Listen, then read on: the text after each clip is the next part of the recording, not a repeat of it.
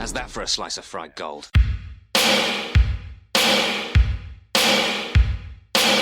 You think this is a fucking costume? This is a way of life. I'll be back. Just a flesh wound. I'm not gonna hurt you. I'm just gonna bash your brains. Take your sticking paws off me, you damn dirty ape! I'm sorry, Dave. I'm afraid I can't do that.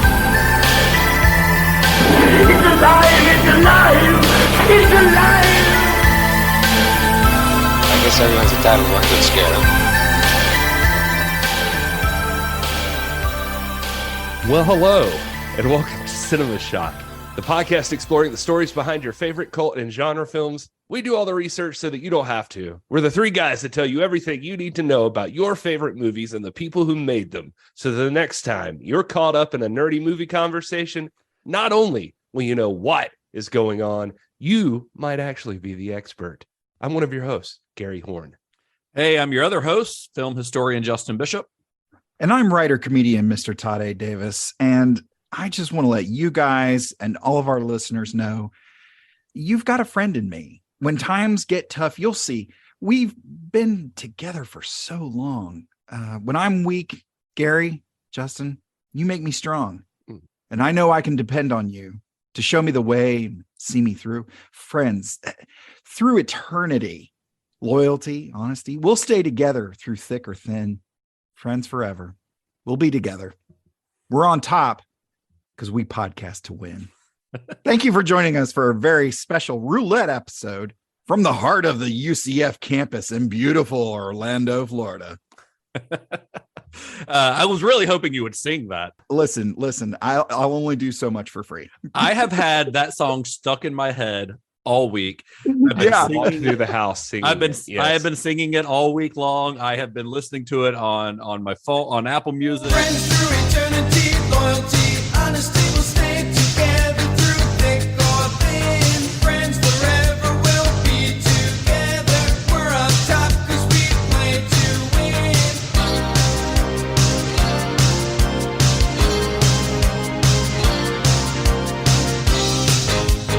Got a friend in me. I love it. It's a bop, honestly. For a movie that was almost lost to history, it has two pretty great what do you call it? Earworms. Yeah. I almost had earwig, which is completely different. Yeah, that's a different thing.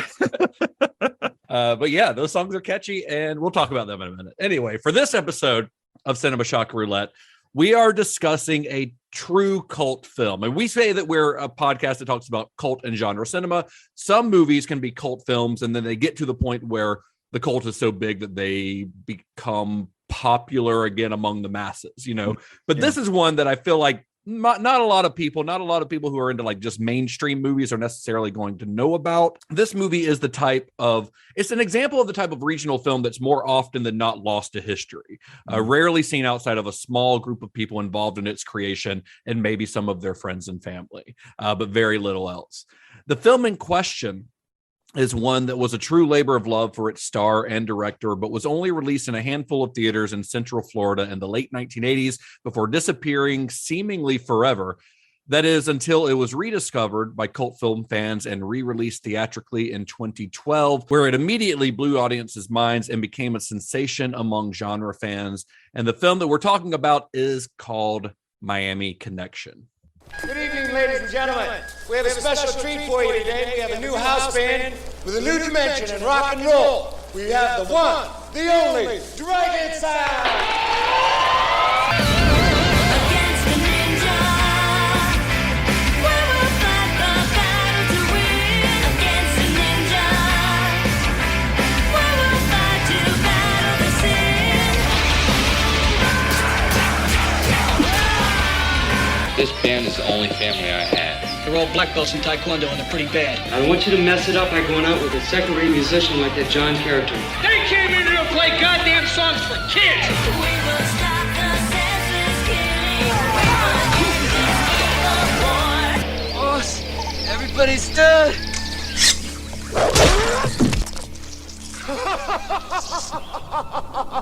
In case you're new here, We dive very deep on everything involved with the making of the films we discuss. So I'll just say, only through the exploration of production can we eliminate spoilers.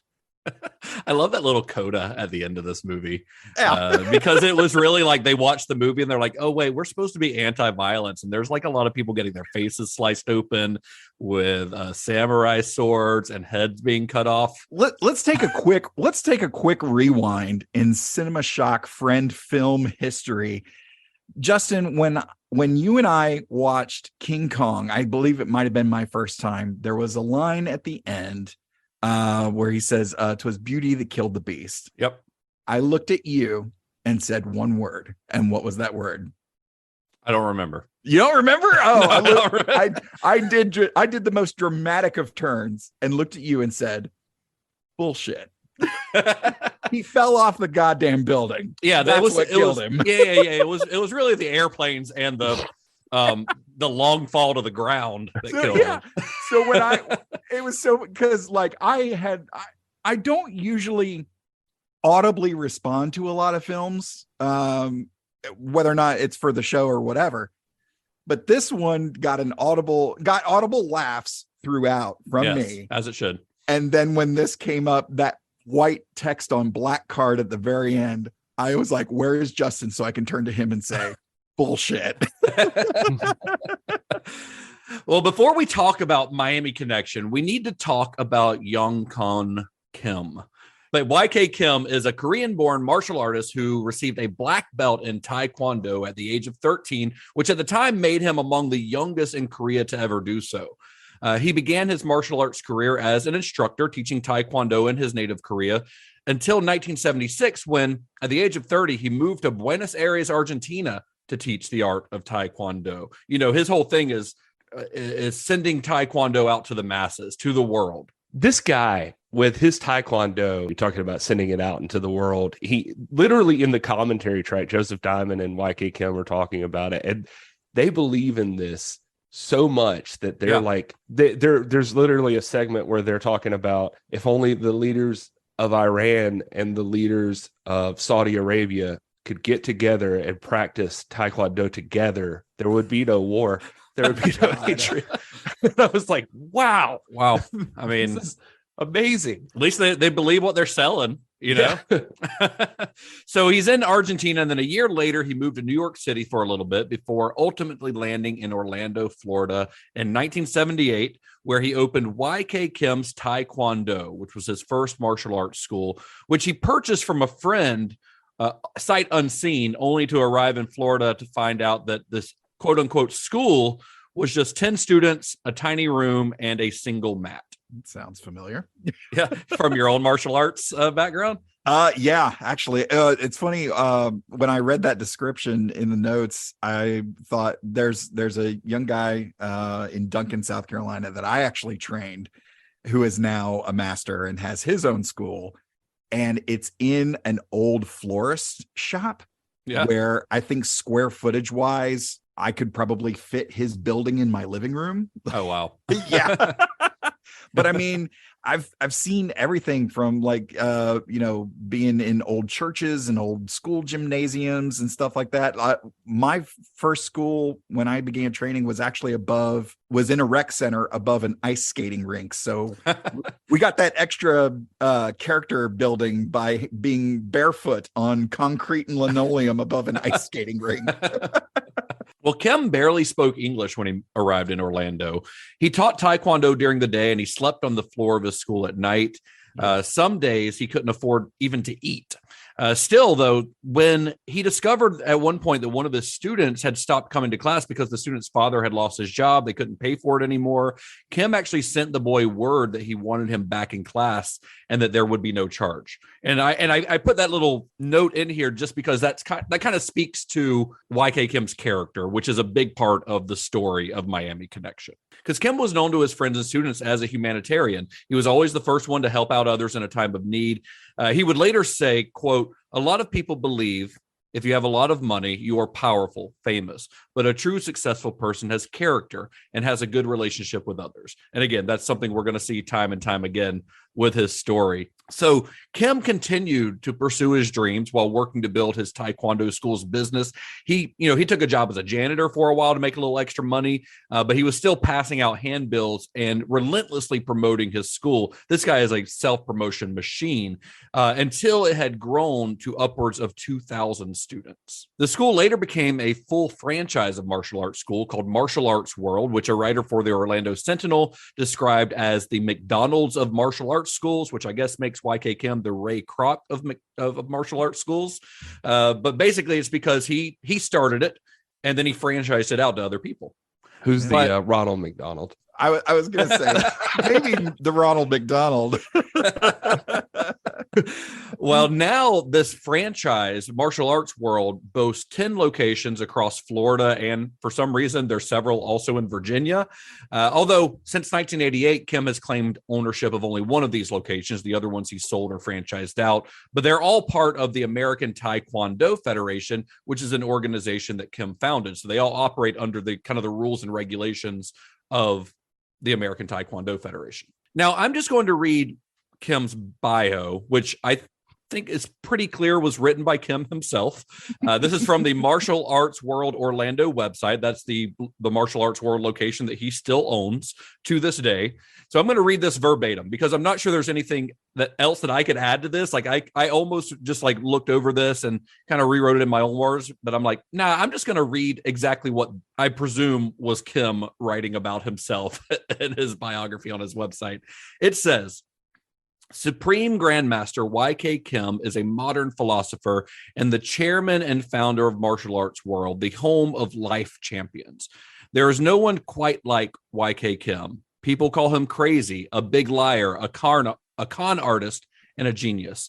He is proud that people call him these things because he works like crazy to transform our society one life at a time.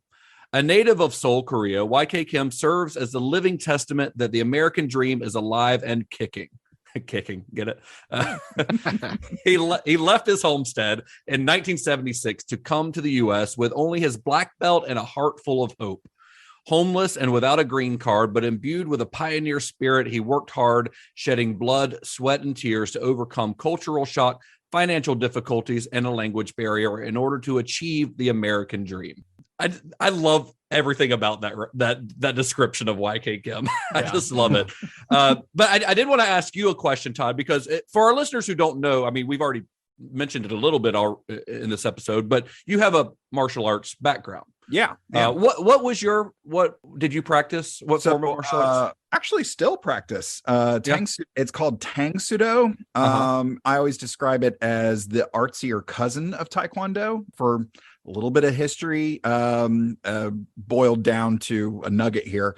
Taekwondo and Tang Sudo actually used to be the same thing. When they split, Tang Sudo became the traditional art, while Taekwondo went the more popularized sport martial arts, which is why it's in the Olympics. Right. Okay. Yeah. Interesting. So, but pretty similar. Very similar. Yeah.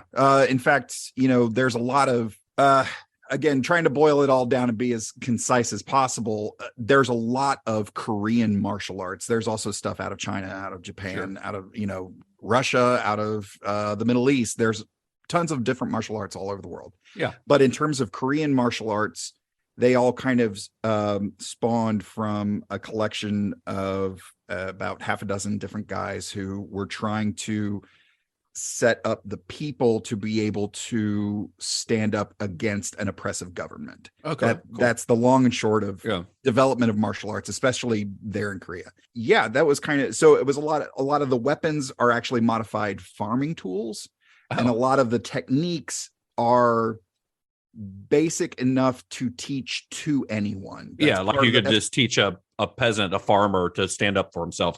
Exactly. Here's a standard punch, here's a standard kick, and it's pretty much the same across the board. Now, once those guys, broke off and had students who became masters themselves, they also broke off, spread out, and developed their own teaching systems. And that's where you get differences in ranks and differences of teaching methodology and stuff like that. Right. Okay. So that biography of YK Kim, The title he was given is Supreme Grandmaster. Now, I've heard of Grandmaster. I've heard of, but what do those titles mean? What is Grandmaster? What is Supreme Grandmaster? Do you know the difference or what denotes somebody to be a Grandmaster? Yeah, usually most people will know that there are different colored belts leading up to black belt. Right. You start as a white belt and you progress through different colors. And then there are like learning degrees of black belt, right? Exactly. Yeah. Okay. So the school of thought is that when you're a white belt, you know absolutely nothing. And then as you train and progress through the colors, you get to black belt, which a lot of people think is the ultimate goal. No, you're just a beginner again, because now you're starting to train with other black belts and other masters. So master in Taekwondo, which I practice, master rank is given at 4th degree. Now, how do you get there is, determined on the style and regulations under which association or group that you are a member of, but ours are very cumulative, in time, knowledge, skill. That's, those are pretty much the 3 main areas. But yeah, you build as a black belt, you build towards 2nd degree, towards 3rd degree, and then you go for actually a pretty extensive test to get 4th degree or master rank. From there, it continues. The way the teaching philosophy is with our style, the highest rank you can achieve is 9th degree, and that's grandmaster. Okay. We have a grandmaster in our association, and then what we have are essentially or assistant grandmasters. Long and short of it is we actually had a grandmaster that actually died because of the stress put on him from traveling and working as much as he was for our worldwide organization. So with the current Grandmaster Strong, we also instituted having, I believe it's about half a dozen assistant grandmasters. So there are actually, I believe they are 7th and 8th degree masters, but they are considered grandmaster, but they are not given the title. It's like Anakin. Interesting. Okay, it's like Anakin in the prequels. So is Supreme Grandmaster a typical thing, or is that something because he is under the American Taekwondo Federation's rules, which is his own organization, which presumably means that he made up the rules. Exactly. So that's the short version. What we do is, like I said, the highest rank you can achieve is 9th degree. Upon your passing, you are promoted to 10th degree. 9th degree is the highest level achievable by a living human. That's the irony of the whole thing, right? Because then like the only other way to achieve Grandmaster is through Mortal Kombat. And then you're actually leveling them up by killing them. Yeah. But what degree are you, Todd? I'm a 2nd degree. I'm kind of one. I'm basically I'm an old time 2nd degree. I actually stopped I began training when I was about 10 years old, and then stopped training when I got into law enforcement because I was working 3rd shift and couldn't attend classes. So recently, within the last 2 years, I began training again, but I'm still as a 2nd degree. So if you're talking time, I'm long overdue for my master's. But right. But that's because I stopped training for a long time, and I'm just getting back in. And it's a lot different going through it as a almost late in your late 30s. Yeah. Having sat in a patrol car for over a decade. So the better answer is the title Supreme Grandmaster is usually bestowed upon somebody, or it's taken by whoever set up the rules, which in this case is YK Kim. Yeah, it sounds like what he did. Sounds much like the leveling of Taco Bell, going from like, say, a 7-layer burrito to a burrito supreme. Right. Exactly. In fact, I think I read that in some of their literature. They actually make that comparison. Well, thank you for the history lesson, Todd. I figured you'd have some insight on that. Oh, yeah. All right. So back to our story about YK Kim. So fast forward a little bit to mid 1980s. Kim has established himself as a prominent member of the Central Florida martial arts scene, and he seemed to be, a pretty successful businessman. He's grown this one-room little school into a full-fledged franchise with multiple locations across 2 different states. Well, around this time, Kim appeared on a Korean television show called Meet at 11 p.m. MEET, for those wondering. Yes. It's not, it's not I thought that was MEET. another Taco Bell thing. I have butter bean burrito. So he's promoting, he's on this show promoting one of the many books that he has written about Taekwondo, and he's giving a martial arts demonstration, showing off his skills, you know. Well, elsewhere in Korea, there's a guy that Kim describes as a very famous action movie director named Richard Park, who's watching the performance from his couch. He's watching, you know, TV at night. He sees this guy, Kim, come on, and it catches his attention. Now, YK Kim describes Richard Park as a very famous action movie director. I'm not sure how famous he is because I had never heard of him before this movie. So Richard Park, his given name is Woo Sang Park. He did have quite a few films under his belt by this time, so it's possible that he was maybe more well-known in Korea, but he had not had much of a career in the U.S. at this point. You sound a little like a nationalist right now, Justin. If it doesn't happen in the USA, it don't matter. I don't know how famous he was because I hadn't heard of him. So, side note, when we started this podcast, just so everybody knows, Justin's only specific request is that the only directors we talk about have to be American. Yeah, of course. Except Verhoeven. But that was only because RoboCop and Starship Troopers were how he thought peacekeeping should work. Not satire at all. No. Well, Richard Park had spent 7 years as the assistant director to Korea's master filmmaker M. Kwon-taek before breaking out on his own. And then his first film as a director of his own was in 1975 with a martial arts film called Mortal Battle, which starred Hwang Jang-lee, who was best known to Western audiences as Thunderfoot from Jackie Chan's first Drunken Master film. He'd go on to direct several other films in Korea, movies with names like Blazing Fists, My Name is Twin Legs, and Manager of the Shaolin Hall, before running afoul of Authorian President Park Chung-hee's strict censorship laws and doing a bit of jail time. So to escape that, he actually moved to the U.S. He moved to St. Louis, Missouri in 1977. But then after President Park was assassinated in late 1979, he actually returned back to Korea to shoot a movie called Return of the Great Fighter, which is fitting, I guess, since he was returning to Korea. Yeah. But then he went back to America after that, and he made several movies about the immigrant experience, the first of which was a movie called L.A. Street Fighters, also released in some territories as Ninja Turf, and that was in 1985. The film featured Philip Ree and Jun Chong in the lead roles and is probably most notable as being the feature film debut of a guy named Thomas F. Wilson, a.k.a. Biff Tannen from Back to the Future, which was also released in 1985. I'm sure that Thomas Wilson talks about one of those movies a little bit more than the other one. Yeah.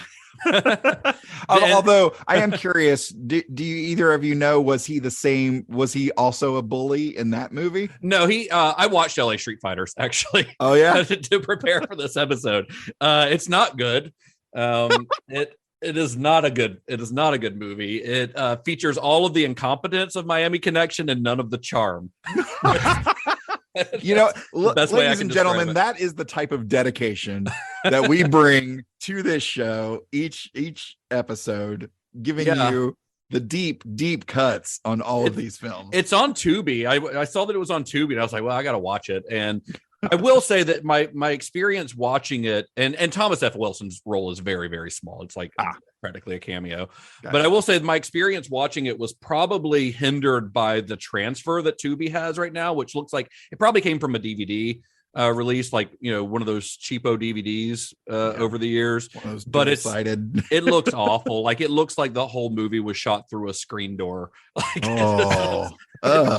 terrible. And I know it's the same cinematographer as Miami Connection, and he does good work in Miami Connection. Say what you will about any of the, we'll get into the Miami Connection in a bit, but the cinematography is pretty good for a movie this cheap. And so I know that he can do good work. So I really think it was just a transfer thing. But LA Street Fighters it's not great. I mean, it doesn't have like the 80s cheese that you get from Miami Connection that makes it as charming as it is. Yeah. The fight scenes are fine. I mean, they're okay. The fight, you know, they're on par with what you see here. They're professional martial artists, and at least it stars guys who are actors, although none of them, like, English is their second language for all of the main actors. So the performances are not great. But if you want to see what else, you know, Richard Park has done, that's the easiest one to find. Nice. Did anybody watch My Name is Twin Legs? Nope, I did not watch My Name is Twin Legs. I saw that title and was like, oh, that is super tempting. Yeah. It's weird. In Korea, I'm known as triplet legs. You know what I'm saying? Tell us why, Gary. Yeah, explain. Oh, I think you know. This movie, so LA Street Fighters, back to that. So it was, like I said, it was also called Ninja Turf in some places. There are no ninjas in it, so I'm not sure why it was called Ninja Turf. There's not a single ninja in the whole movie. But when it came out, Variety called it a poorly staged and crudely made film, while Box Office magazine simply said, as a quote, "This is a joke, right?" That was from their review. but regardless, the film, which was shot for a mere $200,000, so it was cheap. You know, it got licensed to RCA Columbia to their home video department, and it actually wound up on shelves of every video store in the country. So it ended up making money. So anyway, back to where we are in the development of Miami Connection. You've got Richard Park. He's eating popcorn on his couch, watching TV, about to go to bed, and he sees YK Kim pop up on this Korean television show. And now I'm just going to get this out of the way. A lot of the story here comes from interviews with YK Kim himself, who seems to be really good at self-mythologizing. So I would say take all of this with a grain of salt. Yeah. But according to him, Park is watching him, and in watching his demonstration, he gets just like a spark of inspiration. And he's like, I've just got to make a movie with this guy. So Richard Park gets on an airplane and immediately flies to Orlando to meet YK Kim. That seems legit. Yeah. He's the most beautiful angel. He was my next starlet. That's my muse. And Kim would later say about this, he said, I was so excited like a teenager to produce a movie and become a famous action movie star. I felt my dream was becoming a reality. The way he held people's noses with his toes, which is beautiful. That is such the weirdest thing. And let me just say, as a practitioner of Korean martial arts, that's not a move. No, that's just something he does. It's a party trick. Yeah, no, it's a signature thing that he does. On the commentary, they talk about that, like, it was a big thing he would do at exhibitions, and people like would go crazy, like in the crowds. So that became like a thing that he just started doing. Yeah, and I think the guy he does it to, Maurice Smith, who plays Jim, he did not know he was going to do that in that scene. Like, he kind of told him he was going to do something, but he didn't tell him exactly what it was until he just got your nose, but with, his toes. What I thought was even better was that at least on a movie set, you get to, you can prep for that. You can clean your feet, you can get ready. Mm-hmm. But I was watching like their Dragon Sound debut at Fantastic Fest or something. Or he does it there too. Yeah, he literally takes his shoe off during it. His shoe and sock off. So he just got stinky ass feet. God. And some people only supreme grandmaster YK Kim. That's a move that you don't learn extra until you're on Taekwondo OnlyFans for that. Taekwondo OnlyFans. Woo! I love it.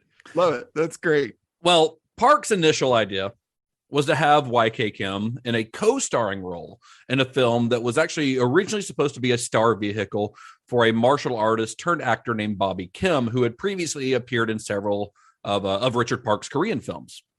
And Bobby Kim's story, by the way, is a fascinating one on its own.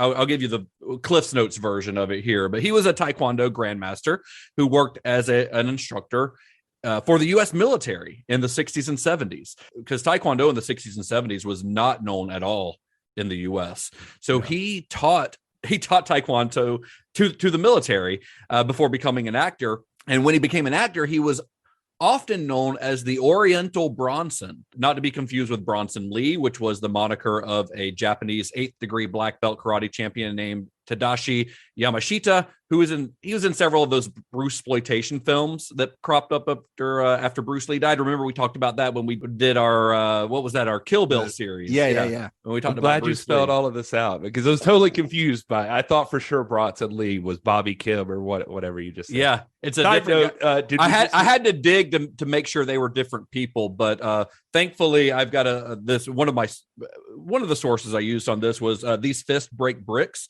the book by Grady Hendrix and Chris Poggiali. Sorry if I'm saying your name wrong.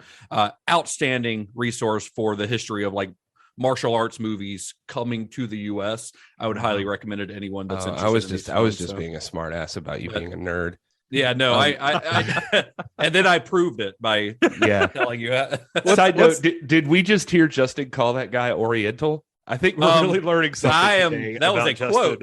I did not come up with that moniker. What is this? him. The 80s? I guess it kind of is. But somebody else came up with that name for him, but that is what he was known as. Yeah, because when I saw that, and I saw some places online that did refer to them as if they were the same person, because they both had like mustaches, like they both looked like an Asian version of Charles Bronson, because they had a big old mustache, similar full-bodied hair, but they are two different people, and I mean they're from completely different countries. But there are some people online that talk about them as if they're the same person, and they, from my research, are absolutely not, because I just told you what their real names are. So anyway, Bobby Kim would eventually drop out of the film for reasons unknown. I could not find anywhere to say why he decided not to do this. I'm probably scheduling or something weird like that. Who knows? But the project ends up getting reworked as a star vehicle for YK Kim and for his belief that Taekwondo could bring about world peace. Well, there's your problem right there. You don't think that Taekwondo can bring about world peace, Todd? Listen, I'm really. That's why you're only a second degree. I'm really going to try to stay off my soapbox here, but anybody who thinks that martial arts practitioners are these philosophical, master gurus is fooling themselves. Can't some of them be? I mean, I guess, but I mean, you end up never hearing about them. They live in a forest alone, and if a martial arts master falls in the middle of a forest and no one's around to hear their bullshit, does it really matter?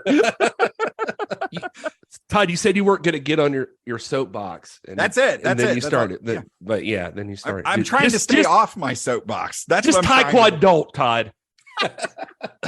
But no, that's all the time we have on the Cinema Shock, folks. It does sound like you make Taekwondo grandmasters sound like they're people living in the forest, like just masturbating in the woods and like eating their own like grandmasturbating. Yeah, they are human, just like anybody else. They're just like long beards and just like crazy people. So Kim and Park begin to discuss a concept for this film, although Park actually claims that the initial idea for the story came to him while watching Kim's interview on that Korean television show. Like it was just a light bulb went off and he had this idea for the movie. Who knows what the real story is? The two of them, they agreed that good, realistic action films were few and far between, and they set out to make their own. They're like, you know what? All this bullshit, all these action movies coming out in the 80s, this Arnold Schwarzenegger, this Sylvester Stallone bullshit, we can do better than that. Right. That's where they're coming from on this. So, of course, they began developing a story, and soon filming would begin in Orlando, Florida, not Miami. This film doesn't actually feature Miami at all. There's not a single moment in this. Even when they're on the beach, which is not Orlando because Orlando is landlocked. Even when they're on the beach, they were not in Miami. That was Daytona Beach. But listen, everybody keeps saying that this was nothing is in Miami, but it features shots of the skyline. For one. Well, sure. Okay. But that counts for something. I guess. That was stock footage. Yeah. But in the commentary, they do say that whole opening is in Miami. On the dock?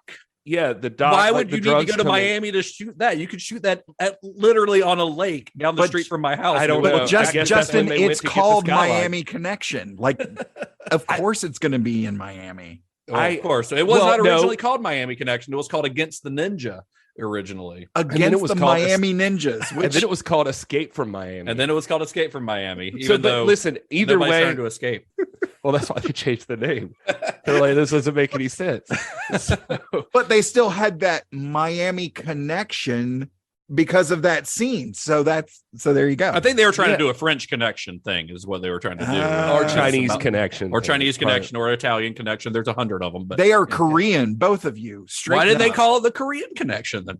But because it's in Miami, Justin. It's in Orlando. Well, I know they're Korean. I'm saying there's a Laurel movie. And Hardy bit. Did we fall backwards into a Laurel and Hardy bit? I'm saying it's the Miami connection. I get it's fun, but they have their drug connection in Miami. That's all they promised you. Sure. Okay. We'll give you that one, Gary. So this may surprise you, as you watch the film, but there was no script written for this movie. What? There was a story outline, but everything else was almost completely improvised. And as you might have noticed, the untrained cast were not the best improvisers. My God. No, it's funny. I don't even think when they were coming up with the like outline of the story that they did anything but improvise. Like literally, okay, so this is a direct quote from the commentary. The guy asked, like, what was your idea to like put some of these elements in there? Joseph Diamond, Kim passes it on to him, and Joseph Diamond says, quote, as incredible as it was, we decided to merge ninjas and bikers and drug dealers and Colombians and Taekwondo and anything else we could think of that would be timely and exciting and an opportunity to create something very unique that takes from or borrows from what's already existing, but puts it together in a way that's never been done before. They should have thrown some robots in there, honestly, then. They really should have. Let's just go for it. Kim is always, again, this is the thing you'll see about YK Kim. He's just like, the focus was on themes of friendship in the band. Then the excitement followed about the family that kicks together, sticks together. Yeah, that's good. If that better be on the back of my Dragon Sound t-shirt I just ordered. Well, Kim would end up mortgaging the 10 Taekwondo schools that he still owned at the time in order to finance the film. And the final budget of the film it's in question, but a lot of sources say $1 million. Kim himself said that he lost track of the amount a long time ago, while co-producer William Young has said that the sum was, quote, 7 figures a couple times over. So whatever that means, maybe a couple $1 million. So all of you people giving it credit for a low budget, pay attention, because probably not. Probably like more Avatar level. And as is often the case in small regional films like this one, the cast of Miami Connection is filled with mostly unknown actors, many of which have very few, if any, additional credits. YK Kim did all of the casting. He didn't elaborate on how he chose in anything I saw with him. He just said 99% were my students. I asked them to join. They did. Yeah, that was pretty much it. That's the casting process on most of this. A lot of these guys are just people that he knew. I mean, that's it. That's what it came down to. Kim himself stars in the film as Mark, who is the rhythm guitarist for the band Dragon Sound, who moonlights as, well, what else? A Taekwondo instructor. The other members of Dragon Sound are made up of Vincent Hirsch as John. That's the band's bass guitarist. He's kind of the hero of the movie. He's Jane's boyfriend. He's the big, tall, lanky guy. Oh, he gets pushed to the edge at the end and rips his shirt off. Oh, it's so good. Yeah, he goes crazy. You've got Joseph Diamond as Jack, which is Dragon Sound's drummer. Angelo Giannotti as Tom. He's the lead guitarist and the vocalist for Dragon Sound. He's the guy who looks like he's in Hall & Oates. And Maurice Smith as Jim, who is the band's keyboardist. So something weird that I experienced while I was watching this was when I saw Angelo Giannotti, I actually mistook him for Pat E. Johnson, most famous. You do, you just don't know the name. He's the center referee in the first Karate Kid movie. Okay. I was like, oh, this must have been like before he did Karate Kid. But Pat E. Johnson has actually a really interesting, he's got a distinct look, but he's a big martial arts instructor in addition to working in a bunch of movies that include Enter the Dragon, the first 4 Karate Kid movies, the first 3 Teenage Mutant Ninja Turtle movies, the first 2 Mortal Kombat movies, Buffy the Vampire Slayer, Batman and Robin, Wild Wild West, Imposter, Green Street Hooligans, and Punisher Warzone. Wow. To name a few. Yeah. But they are 2 different people. Yeah, Angelo Giannotti, I mean, he looks like John Oates to me. I mean, he's got the whole curly mullet, the mustache. And when I was doing a little research, trying to see if anyone in the cast had done anything else, I went on Wikipedia, and there were only 2 names you could like click on, other than YK Kim, that had their own Wikipedia page. And one of them was Maurice Smith, who plays Jim, the keyboardist. When you clicked on it, though, it takes you to the profile of Maurice Smith, who was a UFC fighter, a UFC heavyweight champion. And let me tell you, it is not the same guy. No. I did a Google search for it, and there were people on Reddit talking about it as if they were the same guy. And I'm sorry, but I've seen recent interviews with Maurice Smith from the movie, And I can guarantee you it is not Maurice Smith, the UFC fighter. It is not although the same guy. They did say he won like a world championship at one point. He was, I mean, he was a martial artist, and he was, I believe, a door-to-door vacuum salesman at this time when he auditioned for the movie. And he says that basically they asked him to try out for the movie because his quote was something along the lines of they needed that color. They wanted a black guy in the role. Is what it was. Yeah. And he was like the black guy they knew. And he does all the heavy lifting of all the acting. He's going to bring out the tears and everything. And he's never acted professionally again. I think he just went on to sales and everything. And he did like an online sales channel or something like that. Yeah. Wow. I don't know, all those guys. The band leader guy that was the villain, like the sub villain, was a federal prosecutor. What? In real life. Oh my God. This is weird stuff. The guy who like tries to pick the fight with the club owner. Yeah, that one. The little guy with the beard. Well, the rest of the cast consists of Kathy Collier as Jane, William Ergel as Jeff, who is Jane's brother, and he's one of the other villains of the film. This movie has like 3 villains, I guess. Mm-hmm. And then you had another one of the villains is Saiyang Jo. He plays Yashido, who's the leader of the gang of ninjas. And then director Richard Park actually has a small role in the film, which also allows him to show off some of his own martial arts skills. He plays Uncle Song, who's the guy who owns the restaurant where the band hangs out. You know, and he gets like those guys try to walk out on their bill at one point. He ends up getting in a fight with them out in the parking lot. So that was Richard Park. And that's him kind of showing off that he is also a martial artist and he gets to do it. He's pretty good too, you know. Now, you might have noticed if you watched this movie, and hopefully you did, that many of these folks might have been trained in the martial arts, but certainly were not trained as actors. a lot of the people in the film, we mentioned this before, but a lot of them were in fact students of Kim's. Some of whom, like Vincent Hirsch, had actually gone on to open their own martial arts school in Central Florida. So he was no longer a student at Kim's school. He actually had his own school, and some of the other ones did as well. Per Joseph Diamond and YK Kim, I mean, when I said 99% of the people, they said like literally 99% of the people in this movie were students of Kim. Like the audience in the club for Dragon Sound is all Kim students. Like I think he had something like 10,000 students at this time or something. Yeah. Between all the schools, that would make sense. Literally the only people not students were like maybe the Angelo and Kelly we'll talk about, but then like Sion Joe, John Leeson, the director, you know, Joe was the white ninja gang leader guy, for anybody wondering. He was another grandmaster out of like, I believe Kim said Kanpai, who he just admired and asked him to be in the film. And even the younger folks, like a couple of the young gang members that were there, the guy who does the weird dance before he fights up. Oh, I love that guy. I love that little jig that he does. Yeah, he'd been a student of Kim since he was like 5. Wow. And like I think even those scenes in Miami that I talked about the opening, it was like he had a school in Miami, so they shot down there and they had like that's the Miami connection. That's the Miami there connection. It is. All right, there it is. And you mentioned Vincent Hirsch, and he and William Ergel, who was the coolest bad guy ever. With that is a toupee that he is wearing, by the way. Douche nozzle brother Jeff. They're best friends even to this day, and were longtime students of Kim, who you kind of mentioned that, but he trusted them in the bigger roles. And in fact, at the ending, that at that point, you know, we're going to talk about it, but there's some reshoots, and CM Joe wasn't available to perform in that fight. So it's actually William Ergel as the ninja. Yeah. Oh, okay. wow. Interesting. Well, so a lot of them, like Gary's saying, were people that Kim had taught. They were his students. They were other martial artists, but others, like Kathy Collier and Angelo Gennati, were hired as actors almost by accident. Gennati was hired because he was a musician. They needed someone to write some of the songs, which is why we never see him fight in the film.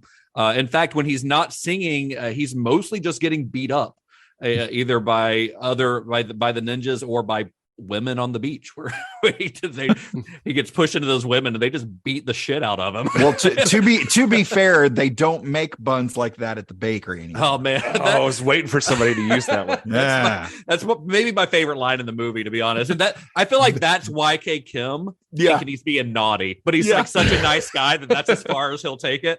Okay, I retract my earlier statement. That's the quote I want on the back of my Dragon Sound t-shirt with an arrow pointing down at your ass. Yeah, exactly. That's Yes. it. Yes. That's the one. Well, so Gennady had heard that they were looking to hire someone to write the songs for the film, and he applied for the job.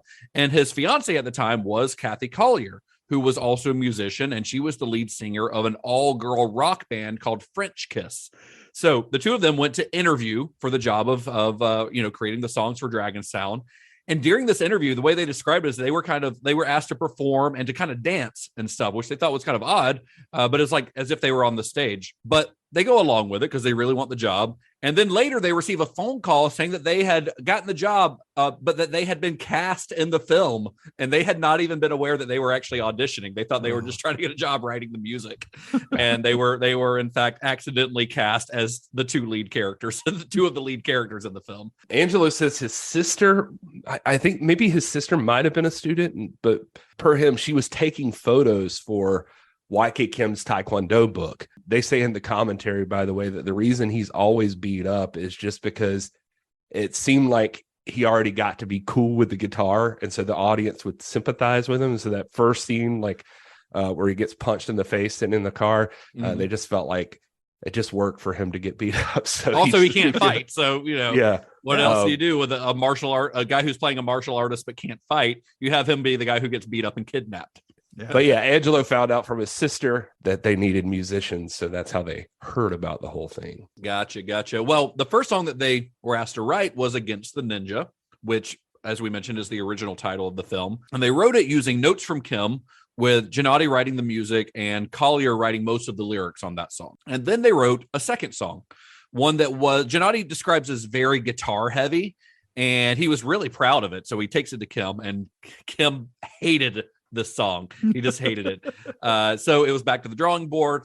Gennady goes home that night, went home to write another song. This one was a lot more synthesizer heavy, and Kim loved this song. That song was, of course, Friends. Friends through eternity, loyalty, honesty will stay together through thick or thin. Friends forever will be together. We're on top 'cause we play to win.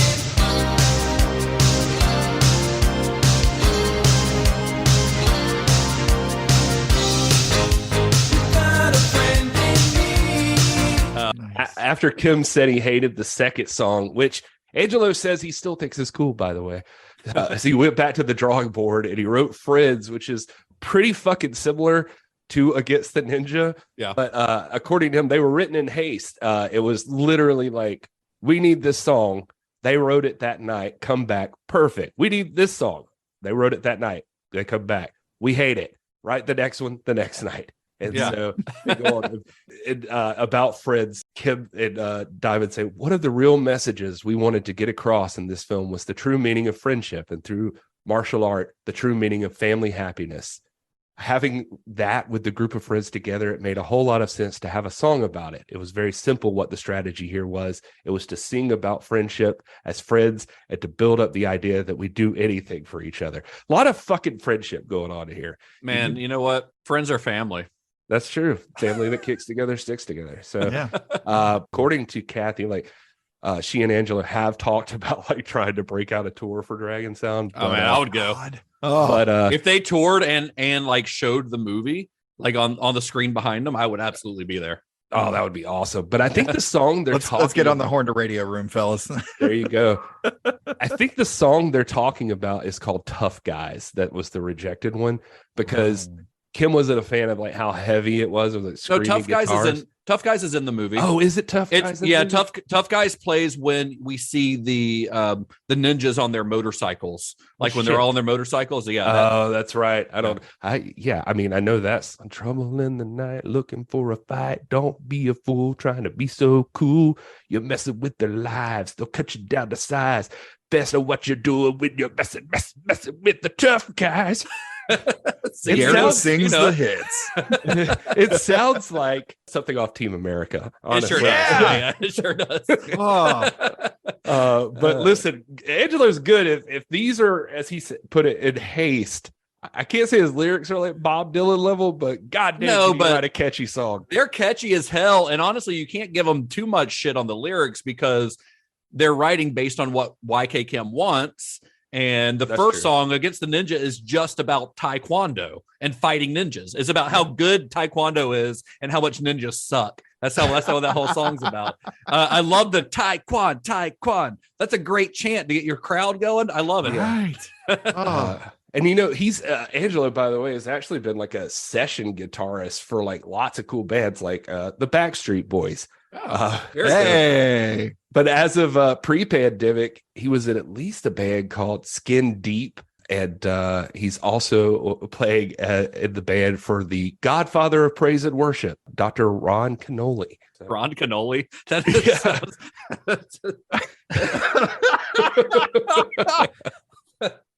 it's spelled K-E-N-O-L-Y. Okay. Yeah. So it's like kid and the back part of holy.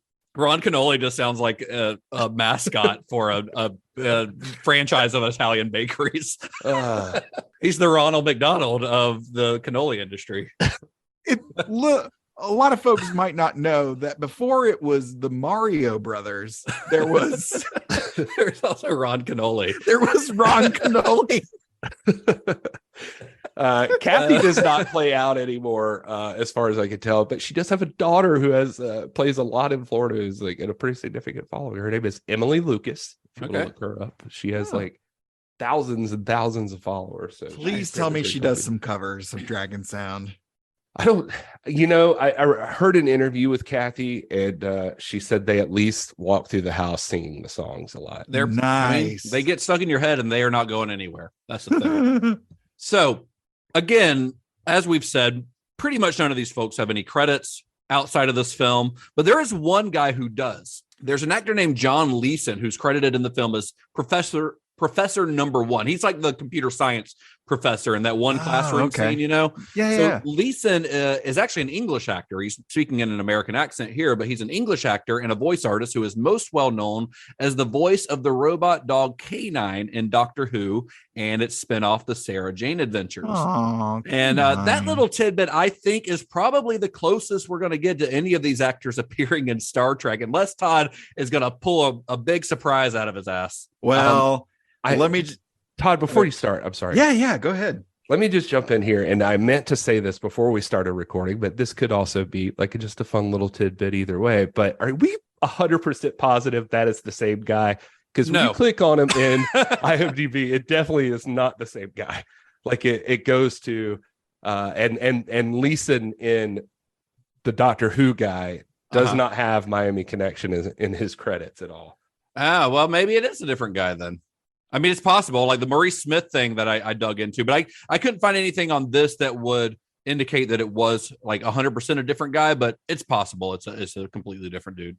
I just think it's real far-fetched that YK Kim pulled in some Doctor Who leverage for his film. Well, he would have been in Doctor Who after this probably. So if it was Sarah Jane Adventures era, that would have been much later than this. But who knows? We could be wrong, so take that with a grain of salt as well, because again, this is one of those movies where everyone in it is so obscure that it's hard to find. We need to take down all these questions for like times when we finally get it together to go to conventions and stuff. Then we can ask all these people these questions. These random ass questions. They'll be like, where did you pull that out of? Kurt, if you're listening, we need you to go back through all the episodes and find all the questions. Series of questions. Just make a list of things we don't know. That's it. That's what we need. So if you think Miami Connection doesn't have any surprises in store, you're right. There's nobody in Star Trek. I was about to say, what do you got here, Todd? No, I went through it, and it's. I mean, Justin, you set it up perfectly. It's a lot of local folks who this is the credit that they have on their resume. This is it. Yeah, this is it. There's a handful of folks that have something other than this. Some of the behind the scenes folks, yeah. Yeah, but honestly, there is one person in the cast that I'd like to be buddies with, and it isn't Buddy, it's Goodwin, Robert G. Goodwin. Robert Goodwin. All right, who's that? He's one of the ninjas, but he did some stunt work on Robin Hood Men in Tights in '93 and Sherlock Holmes in 2009. But what I want to know is, I want to know what it was like working with anti-vaxxer Jenny McCarthy Wahlberg as fight choreographer on Playboy College Girls. There's a fight in that. What is it, a pillow fight? It must be. I mean, to be fair, IMDb has it listed as a documentary. So I mean, what else would it be? I'm super curious to learn about. Well, No, it's no, a if I've got documentary, but it's gonna fight choreography. Okay. Yeah, If I've got to do the research and go watch the entirety of Playboy College Girls, I can do that for the show. It's for science. It's for science. This is research. It's research. How long do you think it would take you to get through Playboy College Girls? I mean, if you're watching it in 10-second increments. It'd be I mean, give me a little bit of credit. It'd be 30-second increments. 30 second. That's fair. That's fair. So 90-minute movie, 90 minutes. Let's say it's 90 minutes, 30 seconds. What is that? 180 viewings. Yeah, that's 180 sessions. How many times can you go in a day? No, we're just going to do one session a day. Let's not wear ourselves out. So we're talking a good 6 months. Okay. All right. Yep. So we'll follow up during our Sam Raimi Spider-Man series. Yeah. Kurt, we're going to need you to make a note that in about 6 months' time, Justin is due with his review. And, I like that you're talking to one of our listeners, Kurt, as if he's like a producer that's sitting in the room with us right now. Like he's working the soundboard over here. He basically is. Yeah. He should get producing credit. Well, Miami Connection was shot completely guerrilla style, like a true exploitation movie. They had no permits and no permission to shoot in many of the locations where they would film. They were hanging in trees and eating lots of bananas. No, gorillas don't hang in trees. No, they don't. They're too big, aren't they? Oh. No, come on. They probably could get up at trees, right? Yeah. Maybe. I don't know. I'm going to Google it. Google it. But this is not a wildlife podcast. We don't know. But so they would simply like go out and shoot. And in the case of like the film's first major fight scene, which takes place in the middle of the street at night, I think that's the one that starts after the guy, after what's his name pours beer on everyone's head. When you can see Vincent Hirsch like lean into getting the beer on his head. But let me get some of that. Yeah. That was like the 15th take or something, I think. So they were like, what? That's the best we got, I guess. Yeah. But when they went to shoot that scene, they just waited until like 2 or 3 in the morning when there wouldn't be anyone out, there wouldn't be any traffic, and they could fight out in the road. So that's how they did this movie. Just for the record, gorillas live primarily on the ground. They spend only 5 to 20% of the day in trees, whereas chimpanzees spend 47 to 61% of the day above the ground, and orangutans almost 100% of their time in trees. But gorillas do like to climb in order to play or to harvest fruit. Or film movies. But now we know. That's don't say that you don't learn stuff on Cinema Shock, folks. I mean, besides just movie stuff, but back to movie stuff. Early on, it was the case that yes, they did not have their proper stuff in order, and so they were constantly trying to outwit the cops and go late at night and stuff like that. At one time, I think it was in the very first big fight scene. It's a place called Church Street Station in Orlando. It's actually like a pretty lively spot there in Orlando. It's still around. You could do it. It's got a lot of history. But in that Church Street Station area, the cops did come thinking there was a real fight, and they all almost got arrested. But once they called it in, I guess him was pretty well known in Orlando at the time due to holding plenty of those exhibitions like I talked about, and they would like, literally draw like thousands of people, and it would raise lots of money for charity. So per diamond, he was admired by the mayor, police commissioner, and sheriff and everything, so they just gave them licenses when they needed it. Oh wow, nice. They just kind of let him slide. Yeah, Kim's swinging that Taekwondo dick. Making stuff happen. Oh boy. Yeah, and for the biker bar scene, they did ask permission because I'm guessing you just don't show up at a bar full of bikers and start filming without asking first. That's ill-advised. Not a great idea. And they actually paid the bikers in beer. And the cinematographer was a guy named Maximo Munzi, which is a great name, honestly. Yeah. He would just point his camera and start shooting the scene like almost documentary style. And he was able to shoot it that way because he knew that he could simply edit the footage together in a coherent way because he was also the editor of the film. And he knew exactly what had been shot. So when it came time to edit the film, it wasn't a mystery to him. He was shooting with editing in mind and editing knowing what footage already existed. So it made it a little bit easier. And and by the way, when they're doing this whole scene, Kathy Collier, who plays Jane, she was running around. She got stuck with the job of getting all the bikers to sign release forms so that they could be in the film, which had to be pretty intimidating. And by the way, Maximo Munzi, he had actually worked with Richard Park on LA Street Fighter. So these two had actually worked together before. And Munzi's actually had a pretty long career. He shoots a lot of they look like Hallmark movies mostly, but he's still working. By the way, some of the biker scenes where they're riding on the streets, those were in Miami too. FYI, just throwing that out there. But did they take the Miami connection to get there? Miami connection.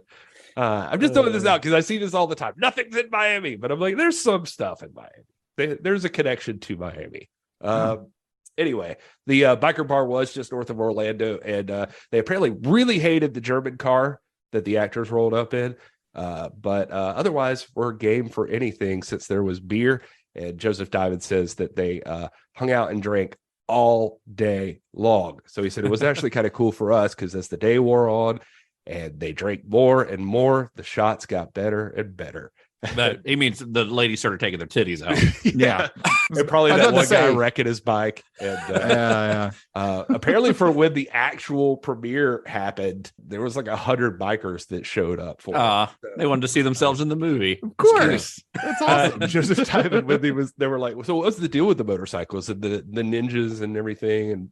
And he said, this was the detailed explanation, quote, motorcycles are hot, and to put ninjas on motorcycles, nobody's ever done that before.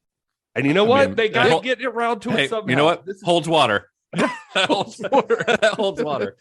Nobody ever put ninjas on motorcycles. I feel like somebody probably had at some point. I feel like by 1988 or whatever, surely a ninja's been on a motorcycle. Kurt, we need you to make a list of all the movies. Leave Kurt alone. We're not paying him. So Maximo Munzi wasn't the only one doing double duty on the film. I already mentioned how Collier and Gennady had also been moonlighting as the songwriters for Dragon Sounds songs. And in fact, Collier, I also said she did she had to get the release forms. I don't think that was an actual job. They just kind of gave her a little assignment. But she also was doing triple duty, serving as the film's makeup department. Which is a job that she got because she had spent a little bit of time in beauty school. So they're like, oh, you know how to do makeup. You can do the makeup. Now, I'm not talking about makeup effects. I'm talking about just the regular everyday makeup. There was another guy who had multiple job titles on the film, and that was John McCullum, who was a friend of Munzi's. He got the job because Munzi was like, hey, I'm shooting this movie down in Florida. They need a guy. Do you want to come do it? That's how he got the job.